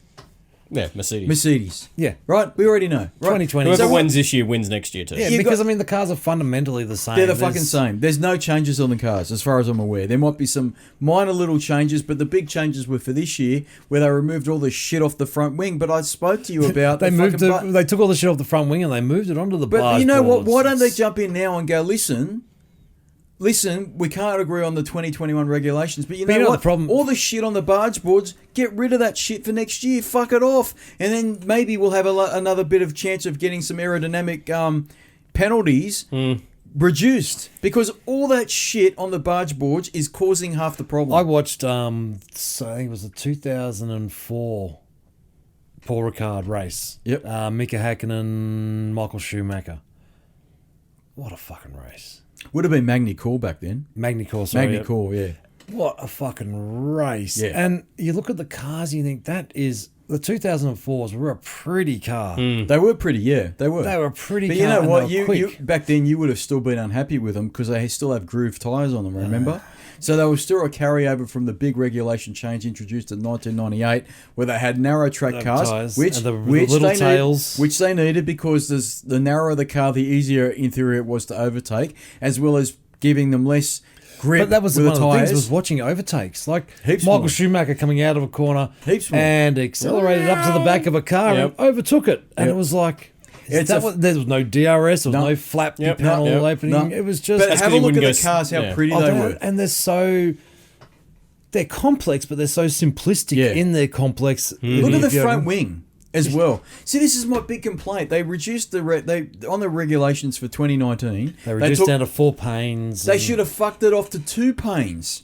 Like in those era of cars that you're talking about, the early 2000s, 2 panes, right? What are they fucking doing, right? And they've got all this shit hanging off the cars. They look ugly, and that is causing so many problems for the drivers to get close to the cars. Well, they and can't then because aerodynamics are involved now. No. I mean, aerodynamics are involved in a big way. It's ridiculous. You know, like you look that new front wing Ferrari bought for Canada. Yep. So the front wing had the only differences between that one was the notch at the back, which seems to be something they've found because they've done it to the fin on the back of the body. But there was that little lump in the bottom part of it. Yeah. So that was to direct a snippet of air around the tyre to create a vortex to go and affect the car behind it. That's the thing. Aerodynamics, it's like what we were talking about before. Technology is going along so fast that we need to sort of go, yes, okay, technology's great. But at some stage, we've got a limit to where we're doing the technology. Engine technology, go for it. Suspension technology, go for it. Aerodynamics, I think we need to sort of step back and go, right, look, guys, this is ugly. Yep. Again, like your comment last time, people are cutting themselves. Oh, it's a joke, man. But you know what? I go back to what I said that first time we spoke about Formula One, back the previous podcast that we did on it. Liberty Media don't know what they're doing this year. It's very obvious to me now. The first year was like breath of fresh air. They're promoting the sport. They're trying to do different things, make it exciting, make more fan engagement. The biggest problem this year, Now I've done a fair bit of reading on it over the last few weeks. So the biggest problem is Libyan Media and I've been pretty heavy on them saying that they're fucked, and I still think they're fucked. But they're trying to let the teams decide. They're trying to be nice, and they go, okay, look, you guys, we're sort of new to this. Yep. We've got some basic. You guys decide, and the teams will never like you. Did you hear about the Pirelli meeting last week? No. So The gauge, the different thickness of the tyres. So some teams want 0.4 mil extra. So they want to go back to last year's tyre, which was I did hear about 0.4 mil higher. But they couldn't agree on it. They couldn't agree on it because Mercedes said, no, we're all good with it. We like the tyre. McLaren were like, yeah, no, actually, we're pretty damn good on this tyre. We've gotten a handle on it. So they can't. But you can't do that. But my argument as a team would be, hang on, we signed off on this last year. You can't change mid-season tyres to suit your car because you're having a crybaby spit over it because your car's shit. Like Renault. Renault are in fucking crisis. I'm calling it now. I'm fucking saying it now. Renault are in crisis. I'll look like a fucking dick next week because they'll probably put it on pole. But what I'm saying is, Renault's in crisis and Cyril Abiteboul's gone at the end of the year. I'm telling you now, I thought it was weird. The board is all over him But they've extended everything. I don't know, man. The board the other week, they had their meeting, a month ago, and they've continued their commitment to F1. To be in it, but I'm saying I reckon they'll change the leadership of it. Who are they going to put there? I'm sure they've got people in their little pit of I thought it was odd at Canada that he wasn't anywhere to be seen. No, that's what I mean. I think he's in shit. They had the racing director for Renault there, and they had the president of Renault. For Renault, and was it Lacey? Jean Lacey next to him. Jean Lacey was there, but he hasn't got a role. He has. Alan Prost has got a role. Alan Prost? Alan Prost is sitting next to him. I'll tell you who Alan Prost is. He's like Niki Lauda was for Mercedes. Well, Prost had his own team. Huh? Prost had his own team at one stage. Yeah, he did. In 1998, he had Prost. Prost Peugeot, it was. Yeah. But was it Prost sitting next to him? Prost was sitting next. Prost is a special advisor. Yes, he's a performance advisor. Yeah, so Prost is the guy. He's like... So what Renault have tried to do, they've tried to model themselves like Mercedes did, right? They've upgraded their factory. It's apparently state-of-the-art. Have you seen the... Oh, yeah. I saw it on Sky F1. It's the shit, right? They've got heaps of employees. They're one of the biggest teams now, right? And they've put in a special advisor like Mercedes did with Niki Lauda. They've got Alain Prost. Can't get any better than him. He's French. He's Renault through and through. He wants to succeed with them, and he's an Formula World Champion, all right? No problem, right? But I think somewhere something's not working, and the board will get the shits at the top level, and people like Cyril Abiteboul will fucking go because they've been in the sport now. This is their, fourth year back? Yeah. Fourth year. Man, they're going backwards, dude. They were so bad in Austria, it wasn't funny. Now, I know it's heightened by a small track. It's a relatively short track. It's a so it makes it look worse, but you can't get... a lot of mechanical grip. You can't get fucking lapped that badly, that early in the race. You can't... They didn't even get in the points. They were fucking, 16th and 17th? Yeah. Oh, and I mean, they were struggling. Dude, they're going to go, you know what? I know you're telling me you won't win championships this year, and I know you're telling me you won't win a race, but you cannot be 16th and 17th. We were better fucking last year. We expect you to be right? 5th and last 6th. year, you can... Well, I mean, you know what, Cyril? I'll tell you why Canada. they'll fuck him off. And I could be wrong, right? Sportsman's bet. Sportsman's bet. Ooh. You can hold me to it. I'll hold right? to it. Cyril Abiteboul made commitments at the start of this season, right? And he said silly things like, it's like building a house. 2 years ago, we laid the cement, the foundation. Last year, we put the walls up, or at something like this. And at the end of the year, we put the roof on. And we have everything we need in place to meet all of our goals this year. And what were the goals? To be fourth and better. To be knocking on Red Bull's door. They are pushing shit uphill to make fifth in the Constructors' Championship. No bullshit. Oh, yeah, they won't get fourth. They're fucked. They're gone. McLaren's got them. They're gone, right? You got to give So they're McLaren a customer team. How embarrassing. A customer team. They supply the engines to McLaren. Do you really think the board, right, are going to sit there and go, Cyril, you fucking told us... You put all of the pieces of the puzzle together. We're getting close now to our goal of winning a championship in 2021. How is it that we've gone fucking further back than we've ever been since we came back into Formula One? You're gone. They don't pay guys like that millions of dollars a year to fuck around. They won't. He's gone. And I don't know who they'll find. I don't know. But I am sure they'll find somebody.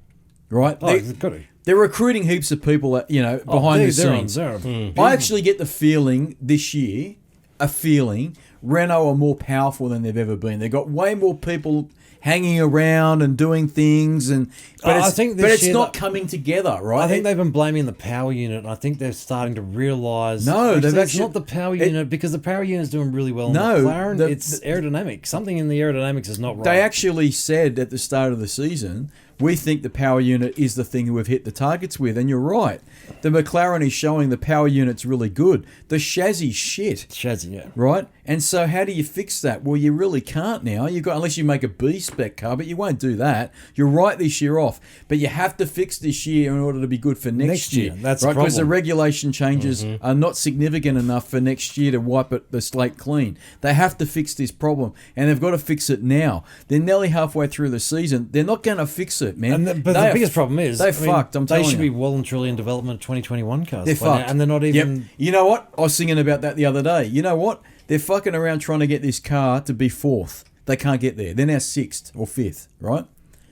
If they finish fifth or sixth this year, which is very likely in my opinion, because if Haas get their shit together, they'll beat Renault, right? They're struggling over one lap, aren't they? Yeah, but Renault will potentially even worse. Yeah. Right? In Austria.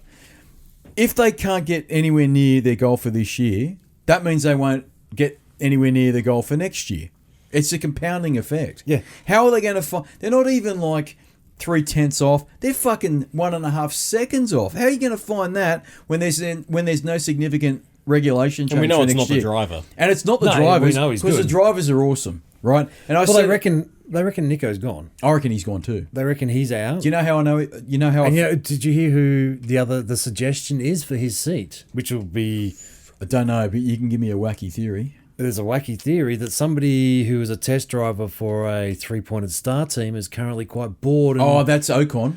I reckon that'll happen. You know why? And they reckon he's going to take Nico's seat. I reckon that's not half bad. I'll tell you why. One, Ocon's French. That's big. Big, yeah. Right? But I think Mercedes might actually loan him out, much like Red Bull loaned out Carlos Sainz Jr. to get him trained Renault, up. and just go, you know what, he's bored out of his brain. He needs real-life experience, and it doesn't hurt to be in a rival's car, right? Oh, it's good information for later on. I don't give a fuck what any of these drivers or teams say when they say, Ricciardo signed a contract to say he doesn't say shit about the Red Bull. You know what? He sits in the Renault and goes, the Red Bull used to be like this. Oh, well, That's why they hired Ricciardo, because they want Ricciardo to give feedback on when I put the brakes on the fucking thing. The Red Bull used to do this. The Renault doesn't do that. How do you make? You guys go and design it how it goes like that, and then I'll drive it better, right? And apparently Cyril Abiteboul's been very complimentary on Daniel at big time, saying not only is he outperforming the car, but he's given them feedback that they've never had before. Yeah. He's a very smart cookie. You might not... Sometimes he doesn't come across as a smart guy, but he's not dumb. He's not dumb. smart. Right? To get to where they are He's in F1, smart, man. He's a smart cookie, right? there's a lot of stuff going on He's to smart. get to there. He's smart. But I think you're right. I think Nico's going to fuck off too, because I get the impression that he sits back and he goes, the team's rallying around Daniel a little bit. You know what I mean? And it's just natural. He's a new kid on the block, but not only that, he's getting results. Oh, right? He's out-qualified. He's out-qualified him. Bar one race, bar two now, because Nico out-qualified him in Austria. Yep. So there's actually two. I think Australia and Austria were the two races where he's been out-qualified. But other than that, yes, he's dominating. And in the races, I think it's pretty even, maybe in Daniel's favour. But Nico's been there for a long time. Nico's got the shits for Formula One because he's done 150 race plus starts without a podium. And if he can get a whiff of going somewhere else, he fucking will.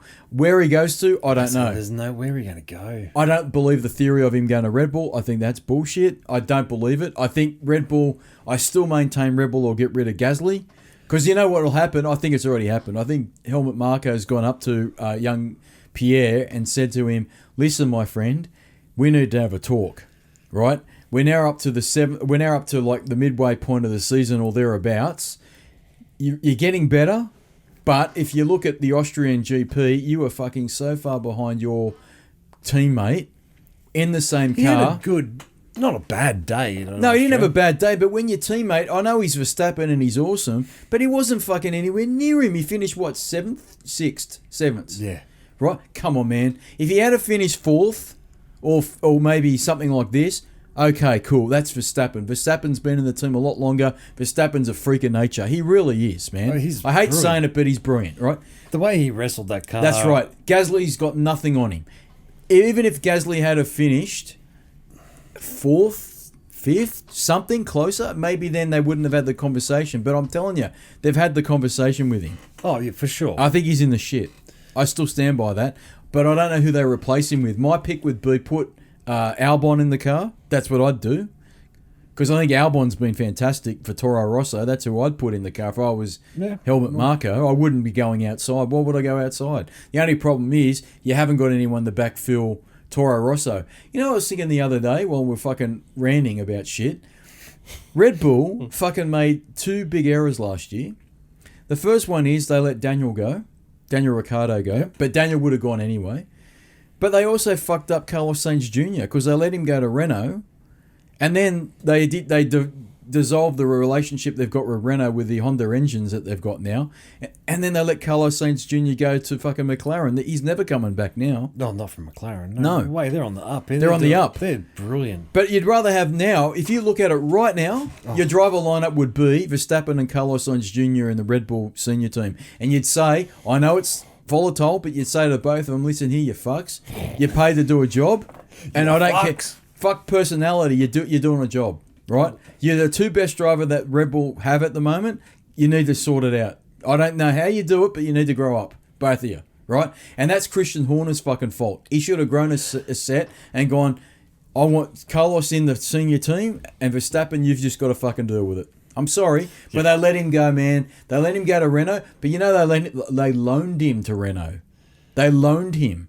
And the proviso was that they'd get him back at some point if a seat was available in the senior team. But then they said halfway or 3/4 of the way through the season last year, oh, you're a free agent. You can sign with Renault. Yeah. We don't want you now. And then of course Renault didn't want him. That was a silly move. I think they should have kept him. I don't think a seat should have been available for Ricciardo, if I'm honest.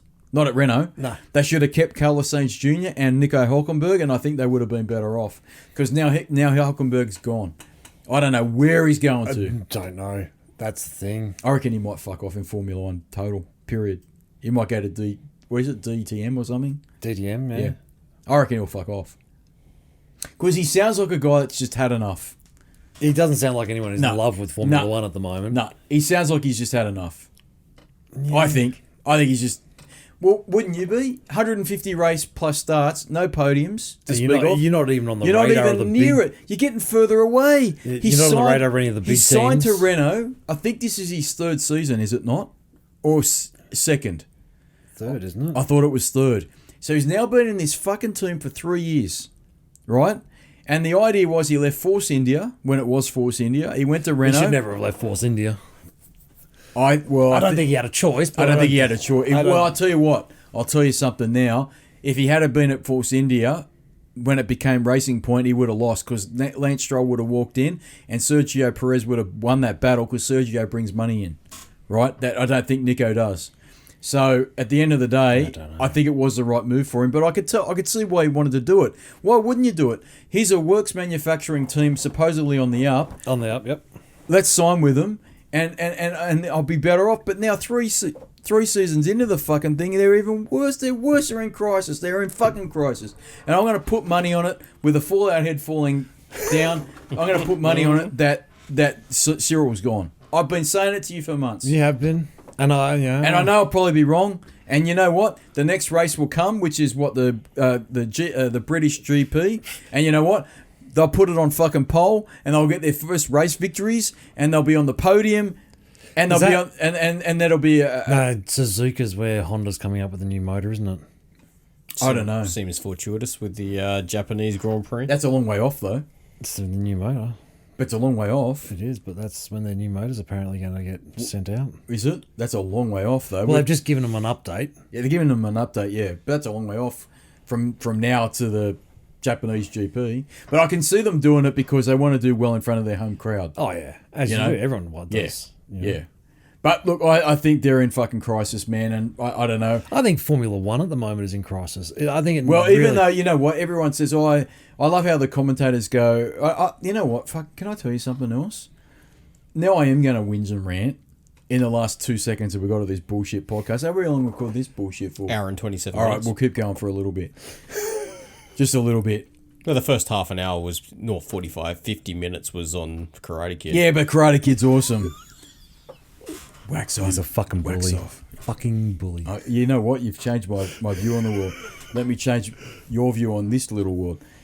I'm a bit disappointed with the coverage of Sky F1 this year because they keep doing stupid camera shots of stupid fucking things. Like, I'm seeing cars that have got no relevance to the race getting shot for like 3 minutes or 5 minutes, and I'm like, well, that's not the race we want to see. I want to see this race. I don't think it's Sky F1's fault. I think it's FOM, isn't it? Yeah, FOM. it's It's FOM. It's whatever. Whoever's running FOM needs to be fucking shot because I'm seeing, and they watch the crowd while an overtake's being done. I'm like, what are you? They're looking for hot chicks. Yeah, they're in looking the for crowd. hot chicks in the crowd. Like, what are you doing? Apparently, F1 wants to follow the V8 supercars in the media coverage.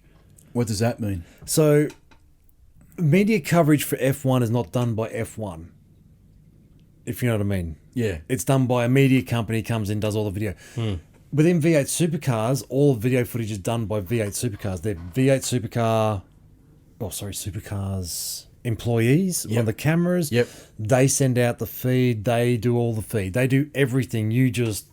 So who in the brave new world, if they do that, who's going to do all the footage again? Sorry, They're gonna have to F1. hire- yeah. F1 will do it internally. have they got the capability? They're going to have They to get it. massively would have the capability. Because I reckon this year, I'm not blaming Sky, except for one little thing. I'll get to it in a minute. Two little things in a minute. I'm One's little fucking two. ready to rant. Because I'm telling you now, this has been the worst season I've ever seen. It's shocking. It's shocking. Absolutely worst. shocking. Fucking worst. I mean- right, like, okay, yes, Austria was awesome watching Max Verstappen, but I don't care what anyone... Austria's been the highlight of the year so That was far. one little blip on the radar. The rest has been shit. And you got to feel sorry for people like, shout out to him, Pickle Bear, who we discussed. Shout out to the Pickle Bear. And yeah, we'd all had big chats after the Canadian Grand Prix, and I believe his words were, fuck it, I'm not staying up at night. Oh, he fuck, did- fuck. And there were a few more fucks. He did watch it, though. He did watch He it. did watch it, yeah. He watched the Austrian GP because he texted me the next morning and said that was Well, awesome. he watched the highlights. Oh, did he? I thought he watched the No, race. he didn't watch the race because I rang Oh, him, right, and he right, didn't right. watch. He watched the highlights, and then he was sick, so he watched the race after that. Mate, he's been so sick. He rang me one day and he was like coughing so much, I felt I was going to get the flu through the phone. That's how bad it was, man. Yeah. Oh, fuck, it was terrible. Yeah, he's- But as I said to you at lunch, we've started our own Formula One championship on Formula One 2019. Fuck you, Pickle Bear. Hey! I fucking spoke to you on the fucking phone about this. That's right. We discussed it just because somebody fucking led you down the path of buying it on a PS fucking 4, you fucking Because Mario. the controller's Hey, how's that? superior. Fuck. How's the control? It doesn't even have to. Oh, Well, let me tell you. fucking, Let me tell you about it. fucking PS4 piece of shit controllers. Not made for people who like racing cars. Let me tell you about the Pickle Bear and Formula 2019. Fuck Pickle Bear. Fuck me tell Formula 2019, you fucking bastards. I'm gonna whisper, and then I'm gonna get loud, because the Pickle Bear already has started some bullshit shenanigans. And in 2012, we had a championship that ended in a Prost and Senna moment, and in 2019, already there's some fucking bullshit already, and we're only at China, so it's only a matter of time before that little prick starts some bullshit on the track, and it's only a matter of time before I'm talking to you about F1 2019 and how he's run me off the track in order for him to win the fucking championship, and I'm not having it. Because if he feels, you know what, tonight, he's already texted me. He wants me to go home now when I'm tired after working hard today. I've worked fucking hard doing podcasts all day. All day. Mentally taxed, mentally finished. And he wants me to stand up tonight and fucking play some Formula 1 2019. And I've told him I'm not fucking doing it. Not doing it, Pickle Bear. You should Because take he a stand takes from advantage me. of it. He takes advantage of it. He does it all the time, Pickle Bear. He's a fucking. We discussed this on the phone. I went to a lot of fucking time and effort researching. You know he's going to get really upset with this. He's going to get hurt. Fucking, he'll be on the... I love him. When's this one going up? Shout out to probably 2020. Yeah. No, with the regulations, Week 2021. Week after next. So I've got a couple of weeks for you. The previous one. Are you going to do the previous one? I don't know. I did this one first. All right. I have Wednesday. I have no idea. I'm not in the seat. But shout out to Pickle Bear. Fuck you, Pickle Bear. Love you dearly. Love you millions. But we discussed this on the phone. Doesn't matter. And you've let him have a fucking Daniel fucking Cobra Kai moment, and he's bullied you into PS4.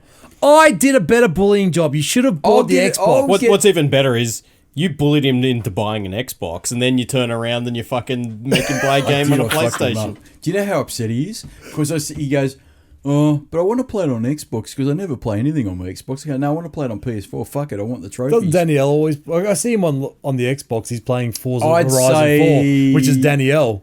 Yeah, I'd say he's only using it for Netflix, so he's really pissed. And Danielle's using it for Horizon. I'm happy to download Horizon's 2018. awesome. 2018's on Game Pass. I've got 2018. I'm gotta hurt that Nathan rejected me like this. You see what you've done to him, Pickle Bear? Rejection is not easy to do with. I know about especially rejection. when we discussed it, man. I thought we had a thing. I didn't know about this discussion, so you can't blame me. He was going away to discuss it with you. He didn't. He just said, "Okay." He just folded like a little bitch. You know what? Actually, you fucking French surrender monkey motherfucker. I'll tell you what fucking happened to him. I'll tell you the story. I'll tell you the fucking story. He rings me and he says, "Have you got 2019?" I said, "Yes, I did. I've got it." He goes, "Is there a co-op mode?" I said, "Actually, I'll be honest with you. I don't know, because I picked it up in the shop and I looked at it and it didn't say anything about co-op mode. What I didn't realise is it was a league that you've got to create." So I said to him, "I've got it, but I can't tell you. I might have to Google it." And he says, "What'd you get it on?" I said, "A PS4.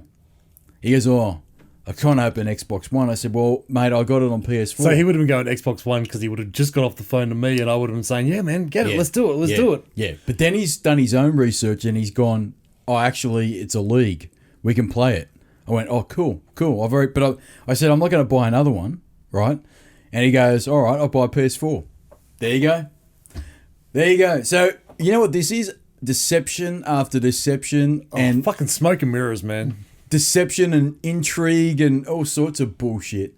But you know what? Going back to Formula One briefly before I want to talk to you about one last topic for about 5 minutes. Yeah, because our 5-minute conversations work well. They do. 50 minutes on Cobra Kai. It's been a disaster this season. This season has whenever been they try and do something, whenever something interesting happens, it results in a penalty. So even when the drivers want to be ambitious on the track, and I'm not saying they shouldn't be penalised for silly things or exceeding track limits, but it's just like put them in bubble wrap. Put them in bubble wrap and don't let them overtake. And when they can overtake, the cars won't let them. And then let's not fucking, let's not do anything. Let's follow the leader. That's what it really is. And then when you want to watch the shit, FOM, their coverage is fucking awful, this shit. It's the worst I've ever seen it. They focus on the wrong fucking cars at the wrong time, and then they shoot to the crowd when someone's doing an overtake or something interesting happens. I don't fucking care about the crowd. I like, right? Somebody said, what would Bernie have done? Yeah, Bernie would have done a lot.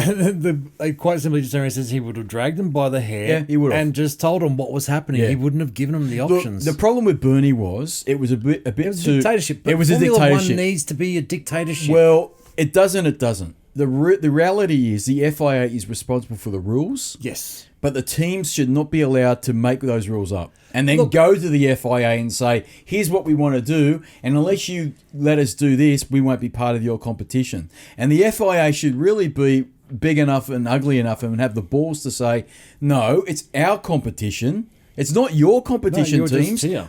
You're just here. It's our competition." Because the last time we checked, you pay us a fee to enter the competition. Apart from, I believe, Ferrari. They're the only team that don't pay it. But every team, and Renault get a discount too. Because Renault organised that deal with Bernie. They wanted a discount because they believe they're historically significant. Did you know that?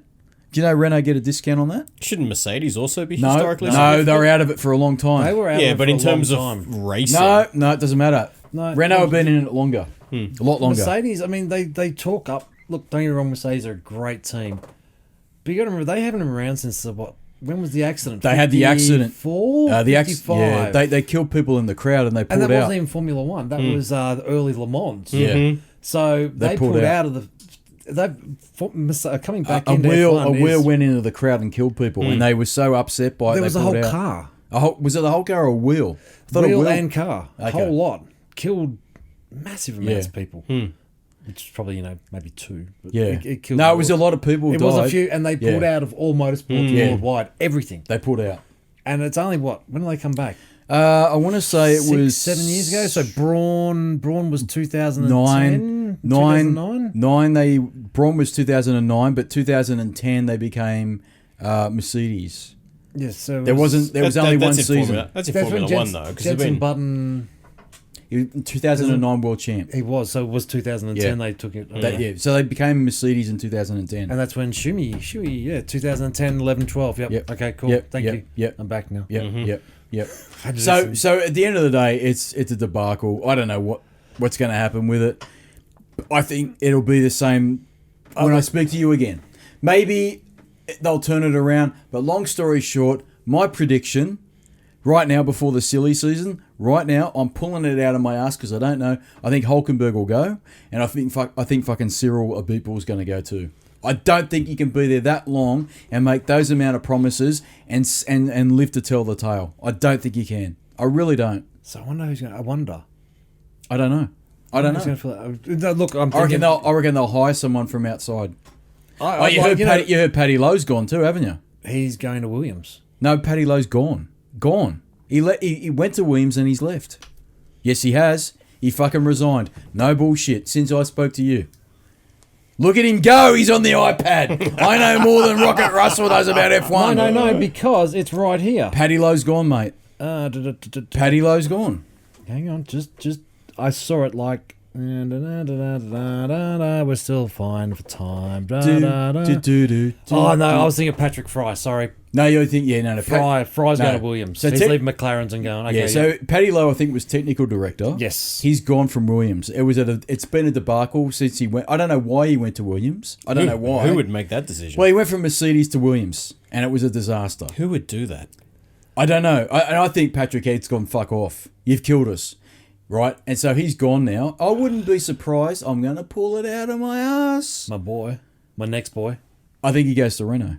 I was just about to say, I'd like to see... I'd like to see it. So, were people wondering, we're talking about George Russell, young F2. He was the champion for F2 last year, wasn't he? Did he win it or did he not? I think he did win the F2 last year. Has been in Williams. And look, for being in a... he's awesome, George Russell. Shit team. He's been great. Every answer, every interview, he has been brilliant. I mean, knowing that your car's not going to be faster for at least a few more months. They're talking towards the end of the year, they may get some upgrades. He's still being chipper. He needs to get out of Williams. I think he might end up at. I'm going to pull shit out of my ass again. I wouldn't be surprised if what you said about Ocon's true. I wouldn't be surprised if Mercedes come to him and say, "Do you want to be a test driver or a reserve driver for us? Get the fuck out of that team, Williams." And then if something ever happens to Bottas... See, no. I don't know, man. I'm pulling it out of my ass. I know, but test driver's a dead-end job nowadays. It's not like back in the heyday where, a test driver was actually testing cars. A test driver... Well, there's no test days. There's no test days. That's the other fucking thing that shits me. Hour and a half of That's the other thing. FP1 is now considered testing. But that's the thing that's killed Formula One. I'm sorry, it has. I'll tell you the two big things that have killed it. Right? 3. Aerodynamics. The fact that engines are limited to fucking... they have to do, a maximum of 3 engines a year? That's killed them. That has killed them. I actually saw a thing on that. And the other one is they can't do enough testing. So they can't catch up. They're not allowed to catch up. I actually saw a brilliant thing regarding all that and the cost. So now a Formula One motor is actually considered the most technically advanced motor in the world, as well as one of the most reliable motors in the world. And somebody was asking, so how much does that cost? It costs more than an unreliable motor that they used to have. Remember that? They used to fuck it, we'll change it. Yeah, and that's the thing, that's what they're saying is the cost of engineering that motor to be so damn reliable, has that outweighed... I mean, the reason they did it was to cut costs. It has. But They've actually added research costs. that, Yeah. they've actually had to research a hell of a lot more, which has put their costs through the roof. Whereas the old detonator motors, they Yep. were... And this is why they've boxed themselves into a corner. You've taken away their ability to just change engines when they feel like it, because it's a that penalty. offsets the cost of creating an engine that's that reliable, right? And you've taken away test days, which don't give drivers an opportunity to learn cars and all the rest of it. 6 test days a year. Yeah, now, isn't and it? it also has been an inhibitor for teams to catch up to the faster teams. Well, right? that's it. You know, teams So like, you're fucking snookered. There is no way anyone can catch Mercedes this year because there's no fucking test days, or not enough of them. Oh, but we do it on a simulator now. That's Fuck, your bullshit. simulator's different. Exactly There's- right. It's shit. You can right? do all the and work now you they're want on a talking about, simulator. and now they're talking about potentially taking away practice sessions. Well, when are the fuck people going to be able to drive cars then? They're not. Right? And then Cost cutting needs to get to a point where it's like... And then I hear some bullshit, dumb remarks from fucking David Croft, who's shit as a commentator, telling me that he wants no practice sessions because he wants to make the races more unreliable. Well, you know how you make your races more unreliable? You allow teams to fucking test shit, right? That's what used to happen in the old days, you fuck. You used to be allowed to test shit. Then the cars became more even in the playing field. And then when they got to race day, you had different teams vying for fucking wins. But now you can't let teams practice as well as test. Too much money. You're going to have some team get it right, and that's it. No one can catch up. That's what's going to happen. But I'm telling you now, to finish off Formula One, I'm telling you that's what's going to happen. I think Renault's going to have a shake-up.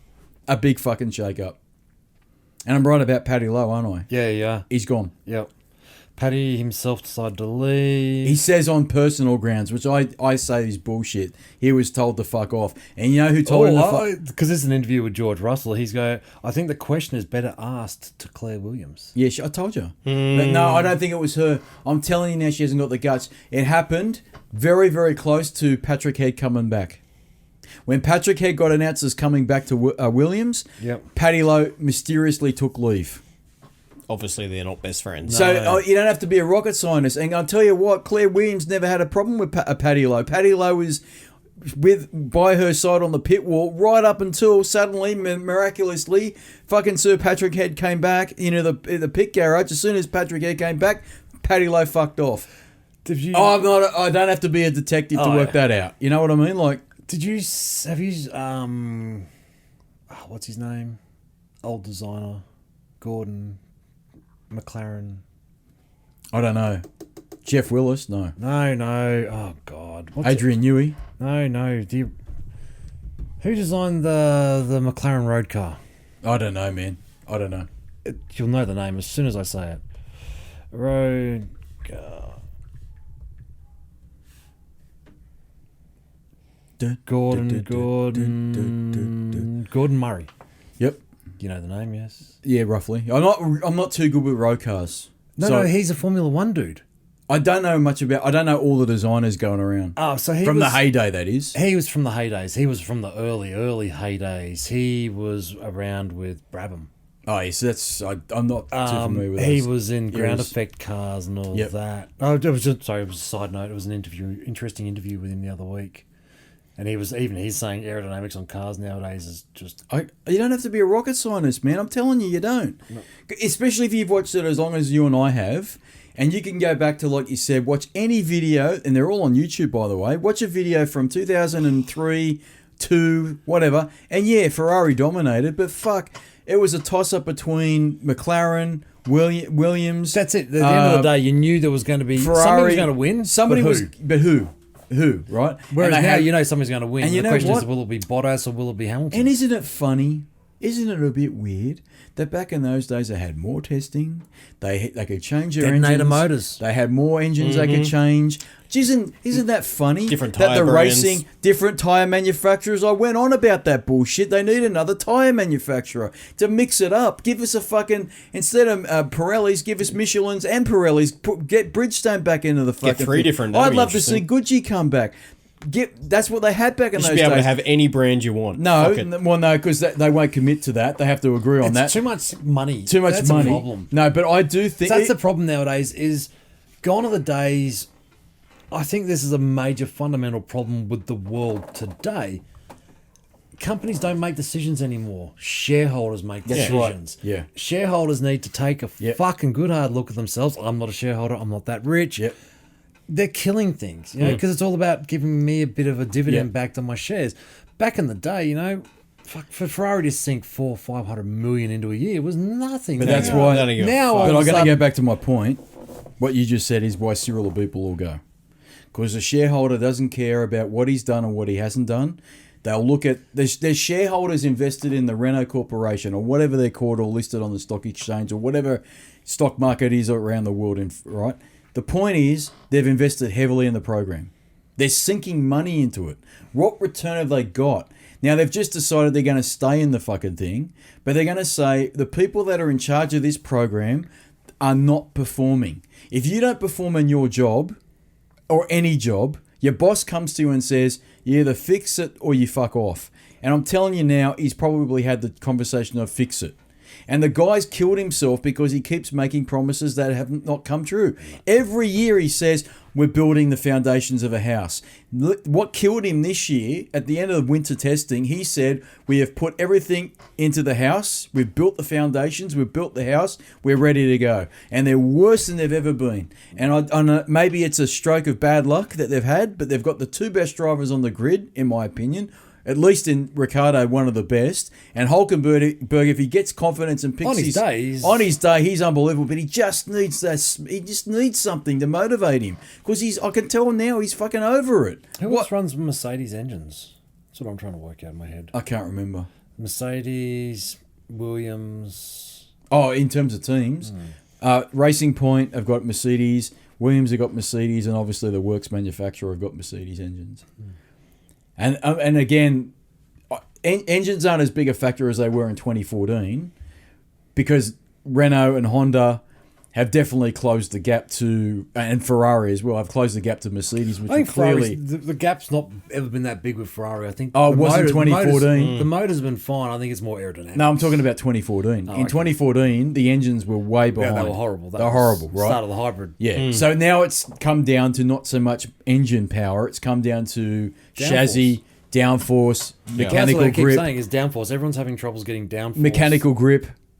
Switching the tyres on, that's the other fuck up. Well, that's the downforce. But apparently they can't get their tyre temperatures up and running in a quick flying lap, which is qualifying. Downforce. Which is downforce. Yeah. All It that all shit. boils down Again, back I don't down know. to I don't downforce. know this stuff, but all I'm saying is you wouldn't have these problems, I don't think, as much if you were allowed to do more testing days. They've fucking got their hand tied behind their back. And you're right, they've got simulators coming out of their ass, they've got supercomputers running numbers, but none of it fucking helps them as much as putting a car on a track and going, drive around that fucking thing, do 100 laps today and tell me what the thing feels like. We put all these parts on it that are brand new, tell me what it did. Well, they're doing that on the fly on the track now. And that's what they're using. And you know FP1 what? for. That's the fuck up, because practice sessions have become test days, and so have races.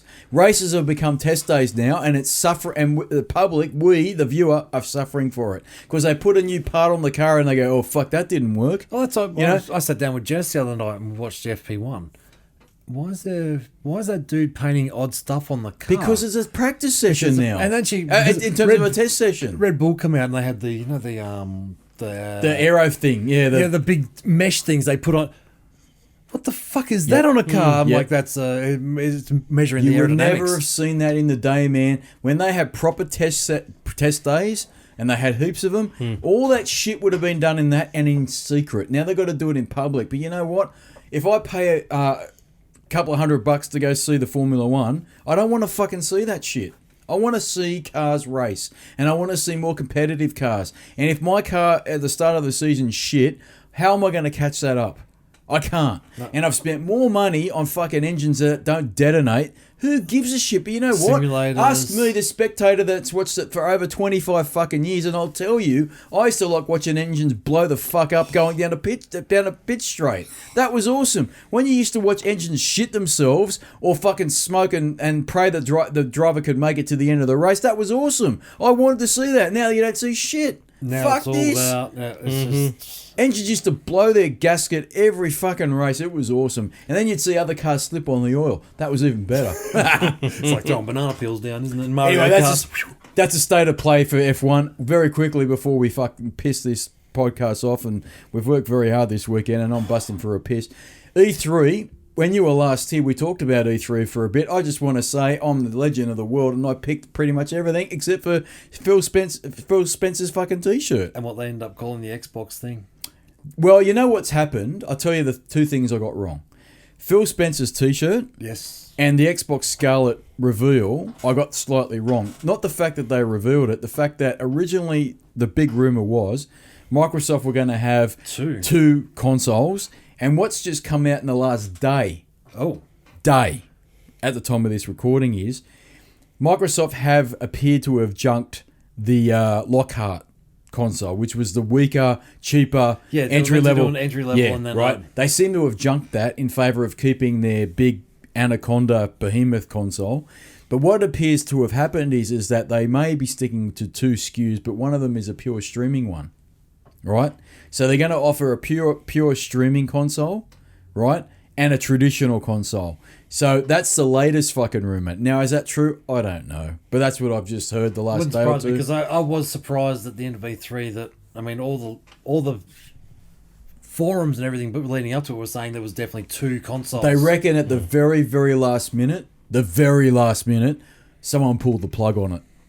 Like the thing's ready to go, but someone's pulled the plug on it because they've got nervous over the fact that they heard some feedback that people are confused as to what do you mean two consoles.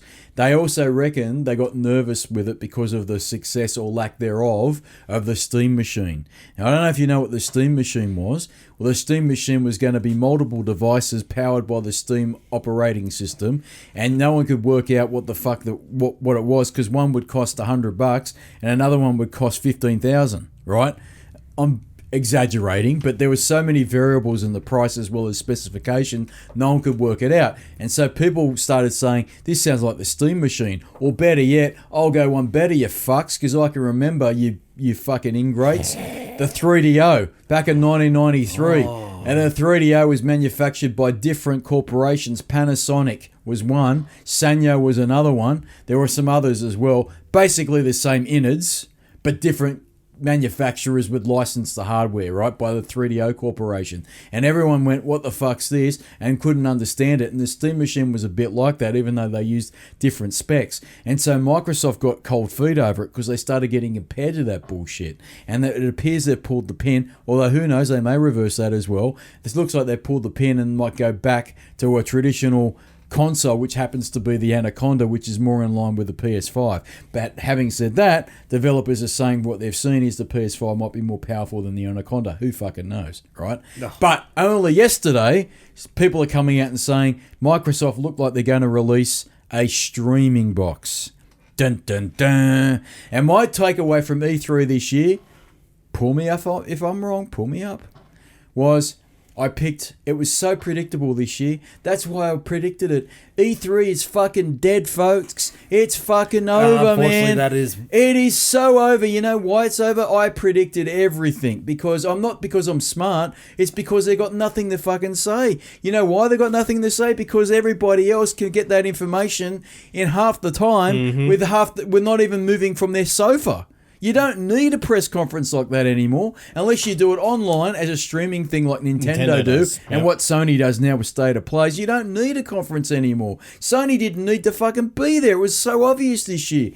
Microsoft, everything they said, the media, the industry, excuse me, they knew what they were doing. They knew what they were going to say before they even said it. Yep. And I sat back watching E3 this year and I went, this is so irrelevant now. It's actually wasting my fucking time. It was so boring. It was so bad, right? And I'm not going to sound, I know I'm sounding entitled and ungrateful, but it was bad, right? I did E3 at 1.5 playback speed, so it sounded like they were chipmunks. That would make it more interesting. It was a bit more interesting. But I'll tell you what I got right, though. I got the Game Pass Ultimate. I called it Platinum. You did, but I got the idea right. Okay. On a side note, yep. I look at you because you know who you fucking work for. What a fucking debacle that fucking thing is. Yes. So give it to him. Rant. I thought, you know what? I get an email from Xbox saying, "Hey, upgrade to the Ultimate. You get it across both your PC and your thing." And you know what? Oh, you're going to offer it to me for $1 for the first month. Done. I'm paying, what, $10.95 a month anyway for Game Pass, which I think is a waste of fucking money because you don't put fucking games up there. Continue. Well, see, you are now fitting the model that Sony's come out with a PS5. Because Sony have come out and said, we will still have independent games on our platform, but we're not catering to that anymore. We're going to cater to the more AAA hardcore audience. That's our bread and butter. They've said it, right? That's what they want. And I thought, you know what? I see that now because Game Pass, I still like it. I subscribe to Ultimate, right? But you're right. If I go on there, there's nothing new. No, there's stuff that I'm not interested in. There's not even that. I mean, I'm being gentle. I will put my hand up at the moment. I'm being gentle. I'm being kind. I will say that I have just bought a copy of, and I'm about to get ridiculed in a big way. So this proves that I will fucking play anything. I'm playing Farming Simulator 19 on my Xbox at the moment. Dun, dun, dun. Easy achievements or what? No, they're not easy. It's a prick of a game. No achievements that unlock. Yeah, there's achievements. Yeah. But do you get? I don't think you get anything. No. Oh, fuck that game now. So look, I will play anything. That is proven by my purchase this week of that game. There's nothing on that fucking Game Pass. You know getting it onto your PC. Now this is the fucking. Oh yes, that's your rant. It's not available yet. Oh well. It is now. It's available. Now that's what I got wrong. Sorry, hold that for a second. That's what I got wrong because I said they'd do something with the Windows Store and update it. Their big announcement was putting Game Pass on the PC. It's on its own. But I knew they'd do something with PC. It looks like the Game Store. It's like running your phone in dark. Yeah, so when I installed it, I needed to update Windows first. And wasn't that a fucking debacle?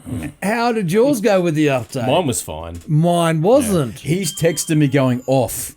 He's losing his fucking mind over it. Mine didn't. So it's the 1903 update. Yep. I think they've referred to it as. Yep, the March update. I've got. Look, it's a year and a bit old, but it's a 1080 Ti, 13 gig graphics. Yeah, you got a beast. Yeah. I've got a fucking beast of a PC, and it kept going. There's an error. Fuck off. You're not downloading this. Reboot. Tried to re-download it. Finally, after about the 5th attempt.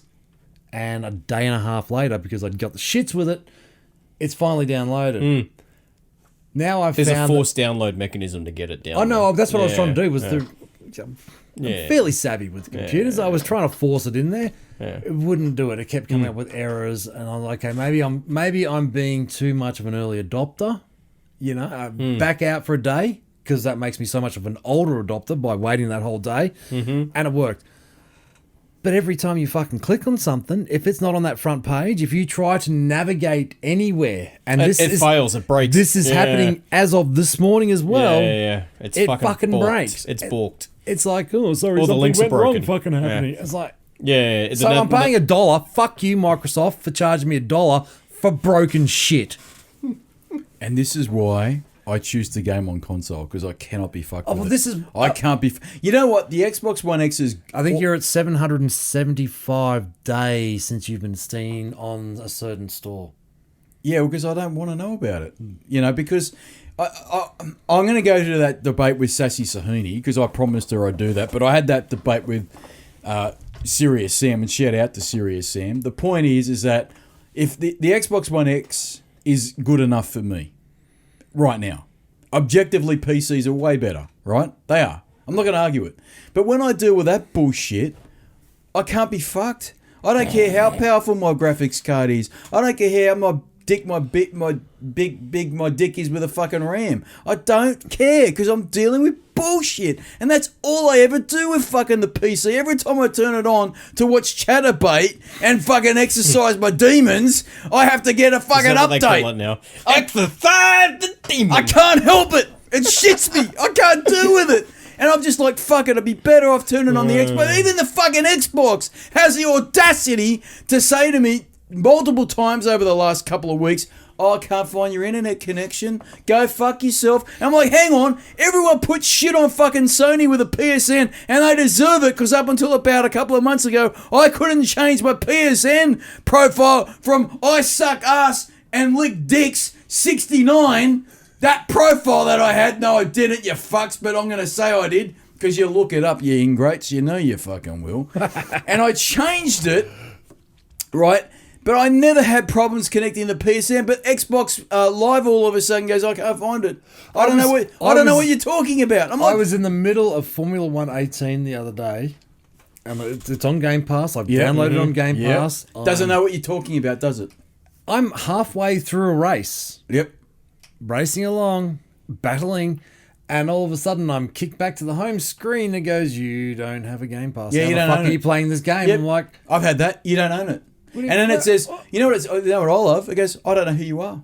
I go, what do you mean you don't know who I am? I'm the fucking prick that sat through bullshit E3s multiple fucking times in my fucking Xbox 360 when I had the fucking Kinect and you lied to me, you and you have the audacity with that fucking Kinect, with the connector and all that bullshit, and I've got all my stuff carried over and my gamer points carried over to this cock of a fucking system called the Xbox One, and you have the audacity to say, I don't know who you are. I don't know who you are. Every time I load that fucking cock of a console, it says, I don't know who you are. And I've tried resetting it. I've fucking rebooted it. I've done all sorts of... I've deleted my account on it. I've put it back on. And it still says... And last week was the fucking best. Last week, I actually wanted to download Metro Exodus, which is on the...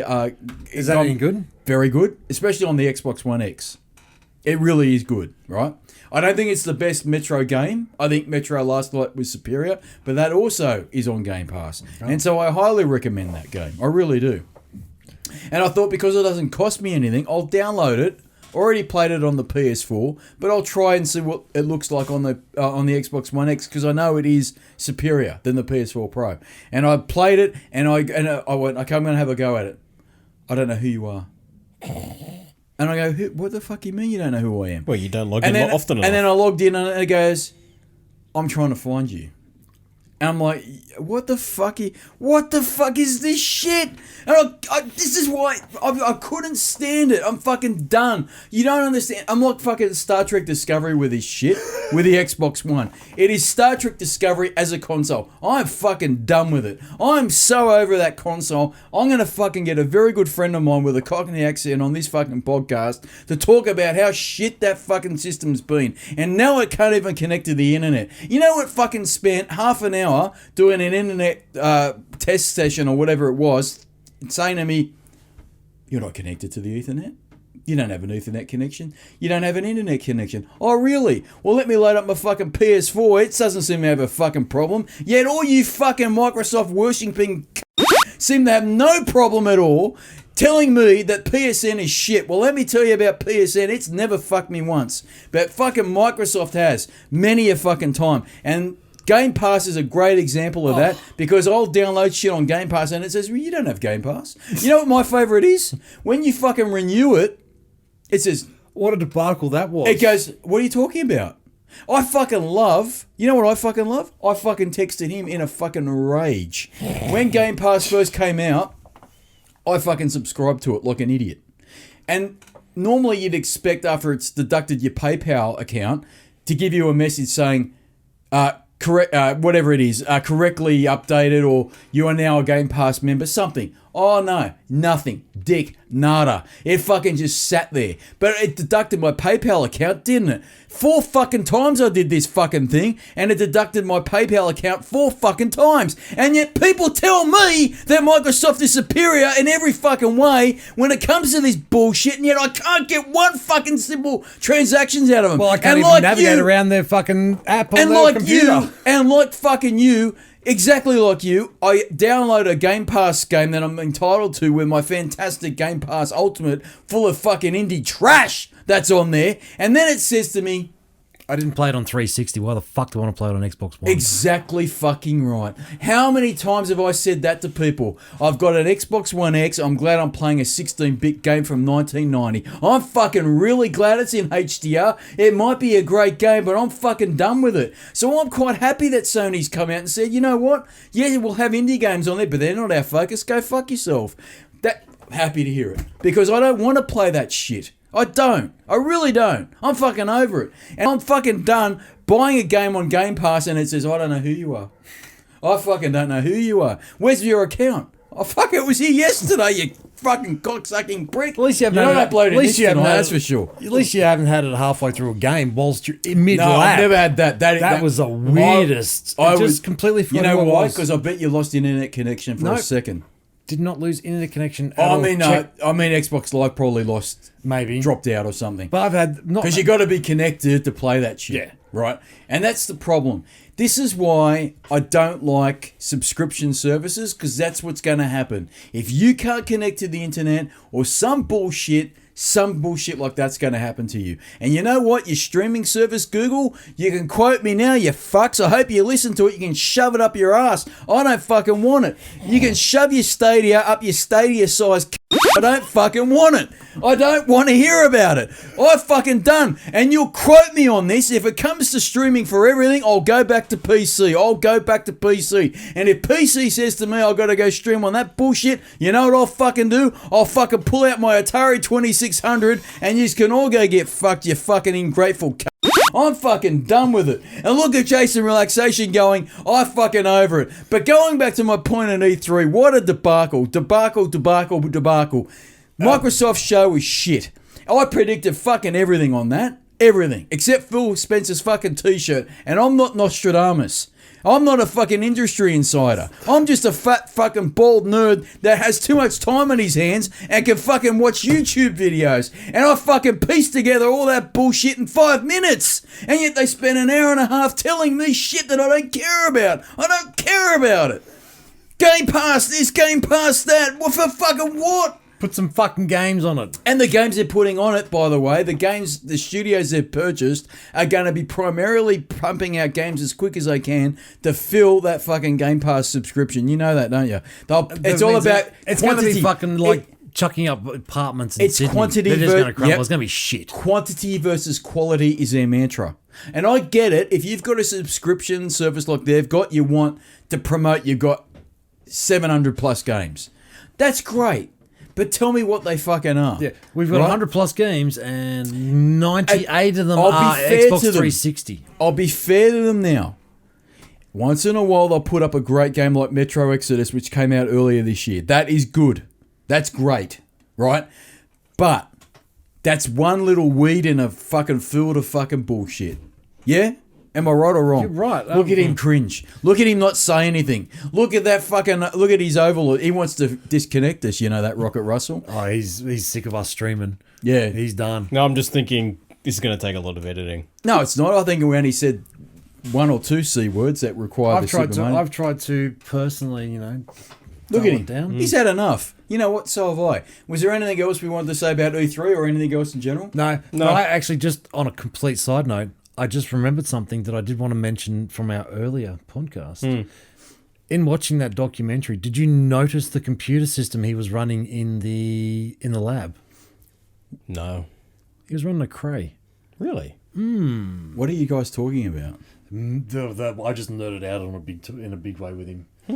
Cray is... I don't know what the Cray's one of the biggest supercomputers in the world. There's only, last I heard, there was only 5 or 6 in existence of the Crays. One of them was FBI, Australian Defence Force, I think the American one, another American Defence Force. So there's only... It's the biggest of all I'll tell you what. supercomputers. The only supercomputer I give a shit was Whopper in War Games, 1983. With Matthew Broderick. Yep. Fancy a nice game of chess. That's a fucking good one. Fancy a game? Are we done? We are done. We're well done, mate. We're in 2 hours, 10 minutes. Oh, you can chop out a couple of things, you fucking ingrate. You know what I mean? Look at him. We've upset him now. We've upset him. You haven't upset me at all because I fucking agree with everything you're saying. I'm just telling the truth. Friggin' Game Pass on the PC when I finally got it to work after downloading Windows, 1903, which took me a day.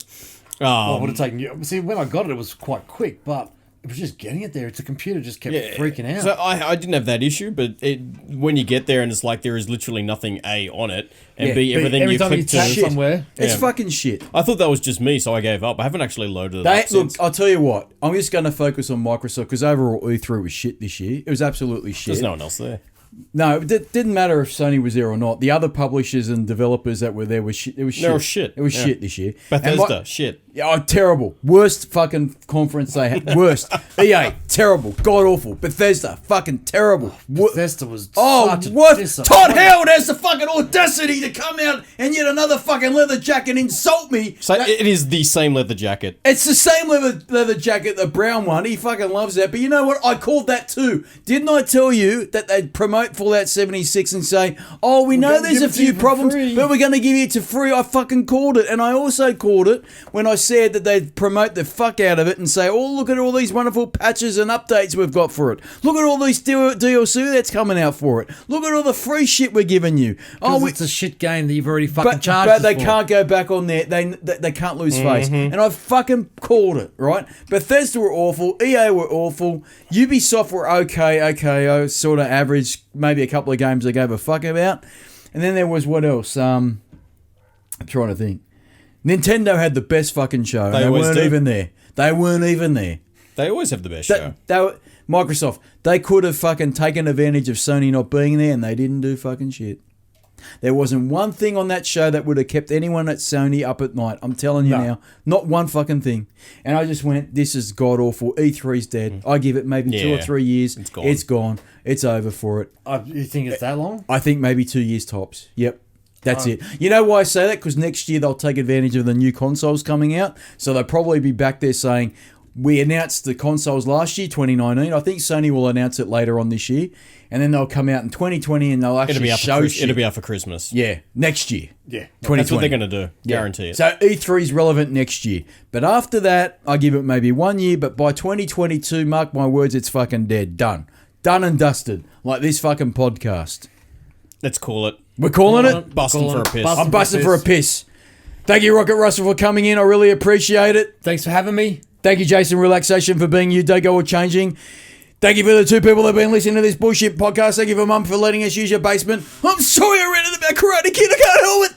I fucking wanted to punch Daniel LaRusso in the head, and I'm still not convinced that Ralph Macchio's actually a decent actor. I fucking hate that prick. Even though he was in Entourage, he's a whiny little prick, and he couldn't take sweeping the leg, and he needs to. Hold it up, you fucking smashed avocado. And he hangs out with demons. And he had Mr. Miyagi using demon magic on him. I can't handle it. And until next week, you little fucking ingrates that want to complain about Game Pass and everything else, hopefully we'll come up with some more Retrodom and more bullshit. But until then, you fucking motherfucking smashed avocado eating pricks. Roll it, monkeys!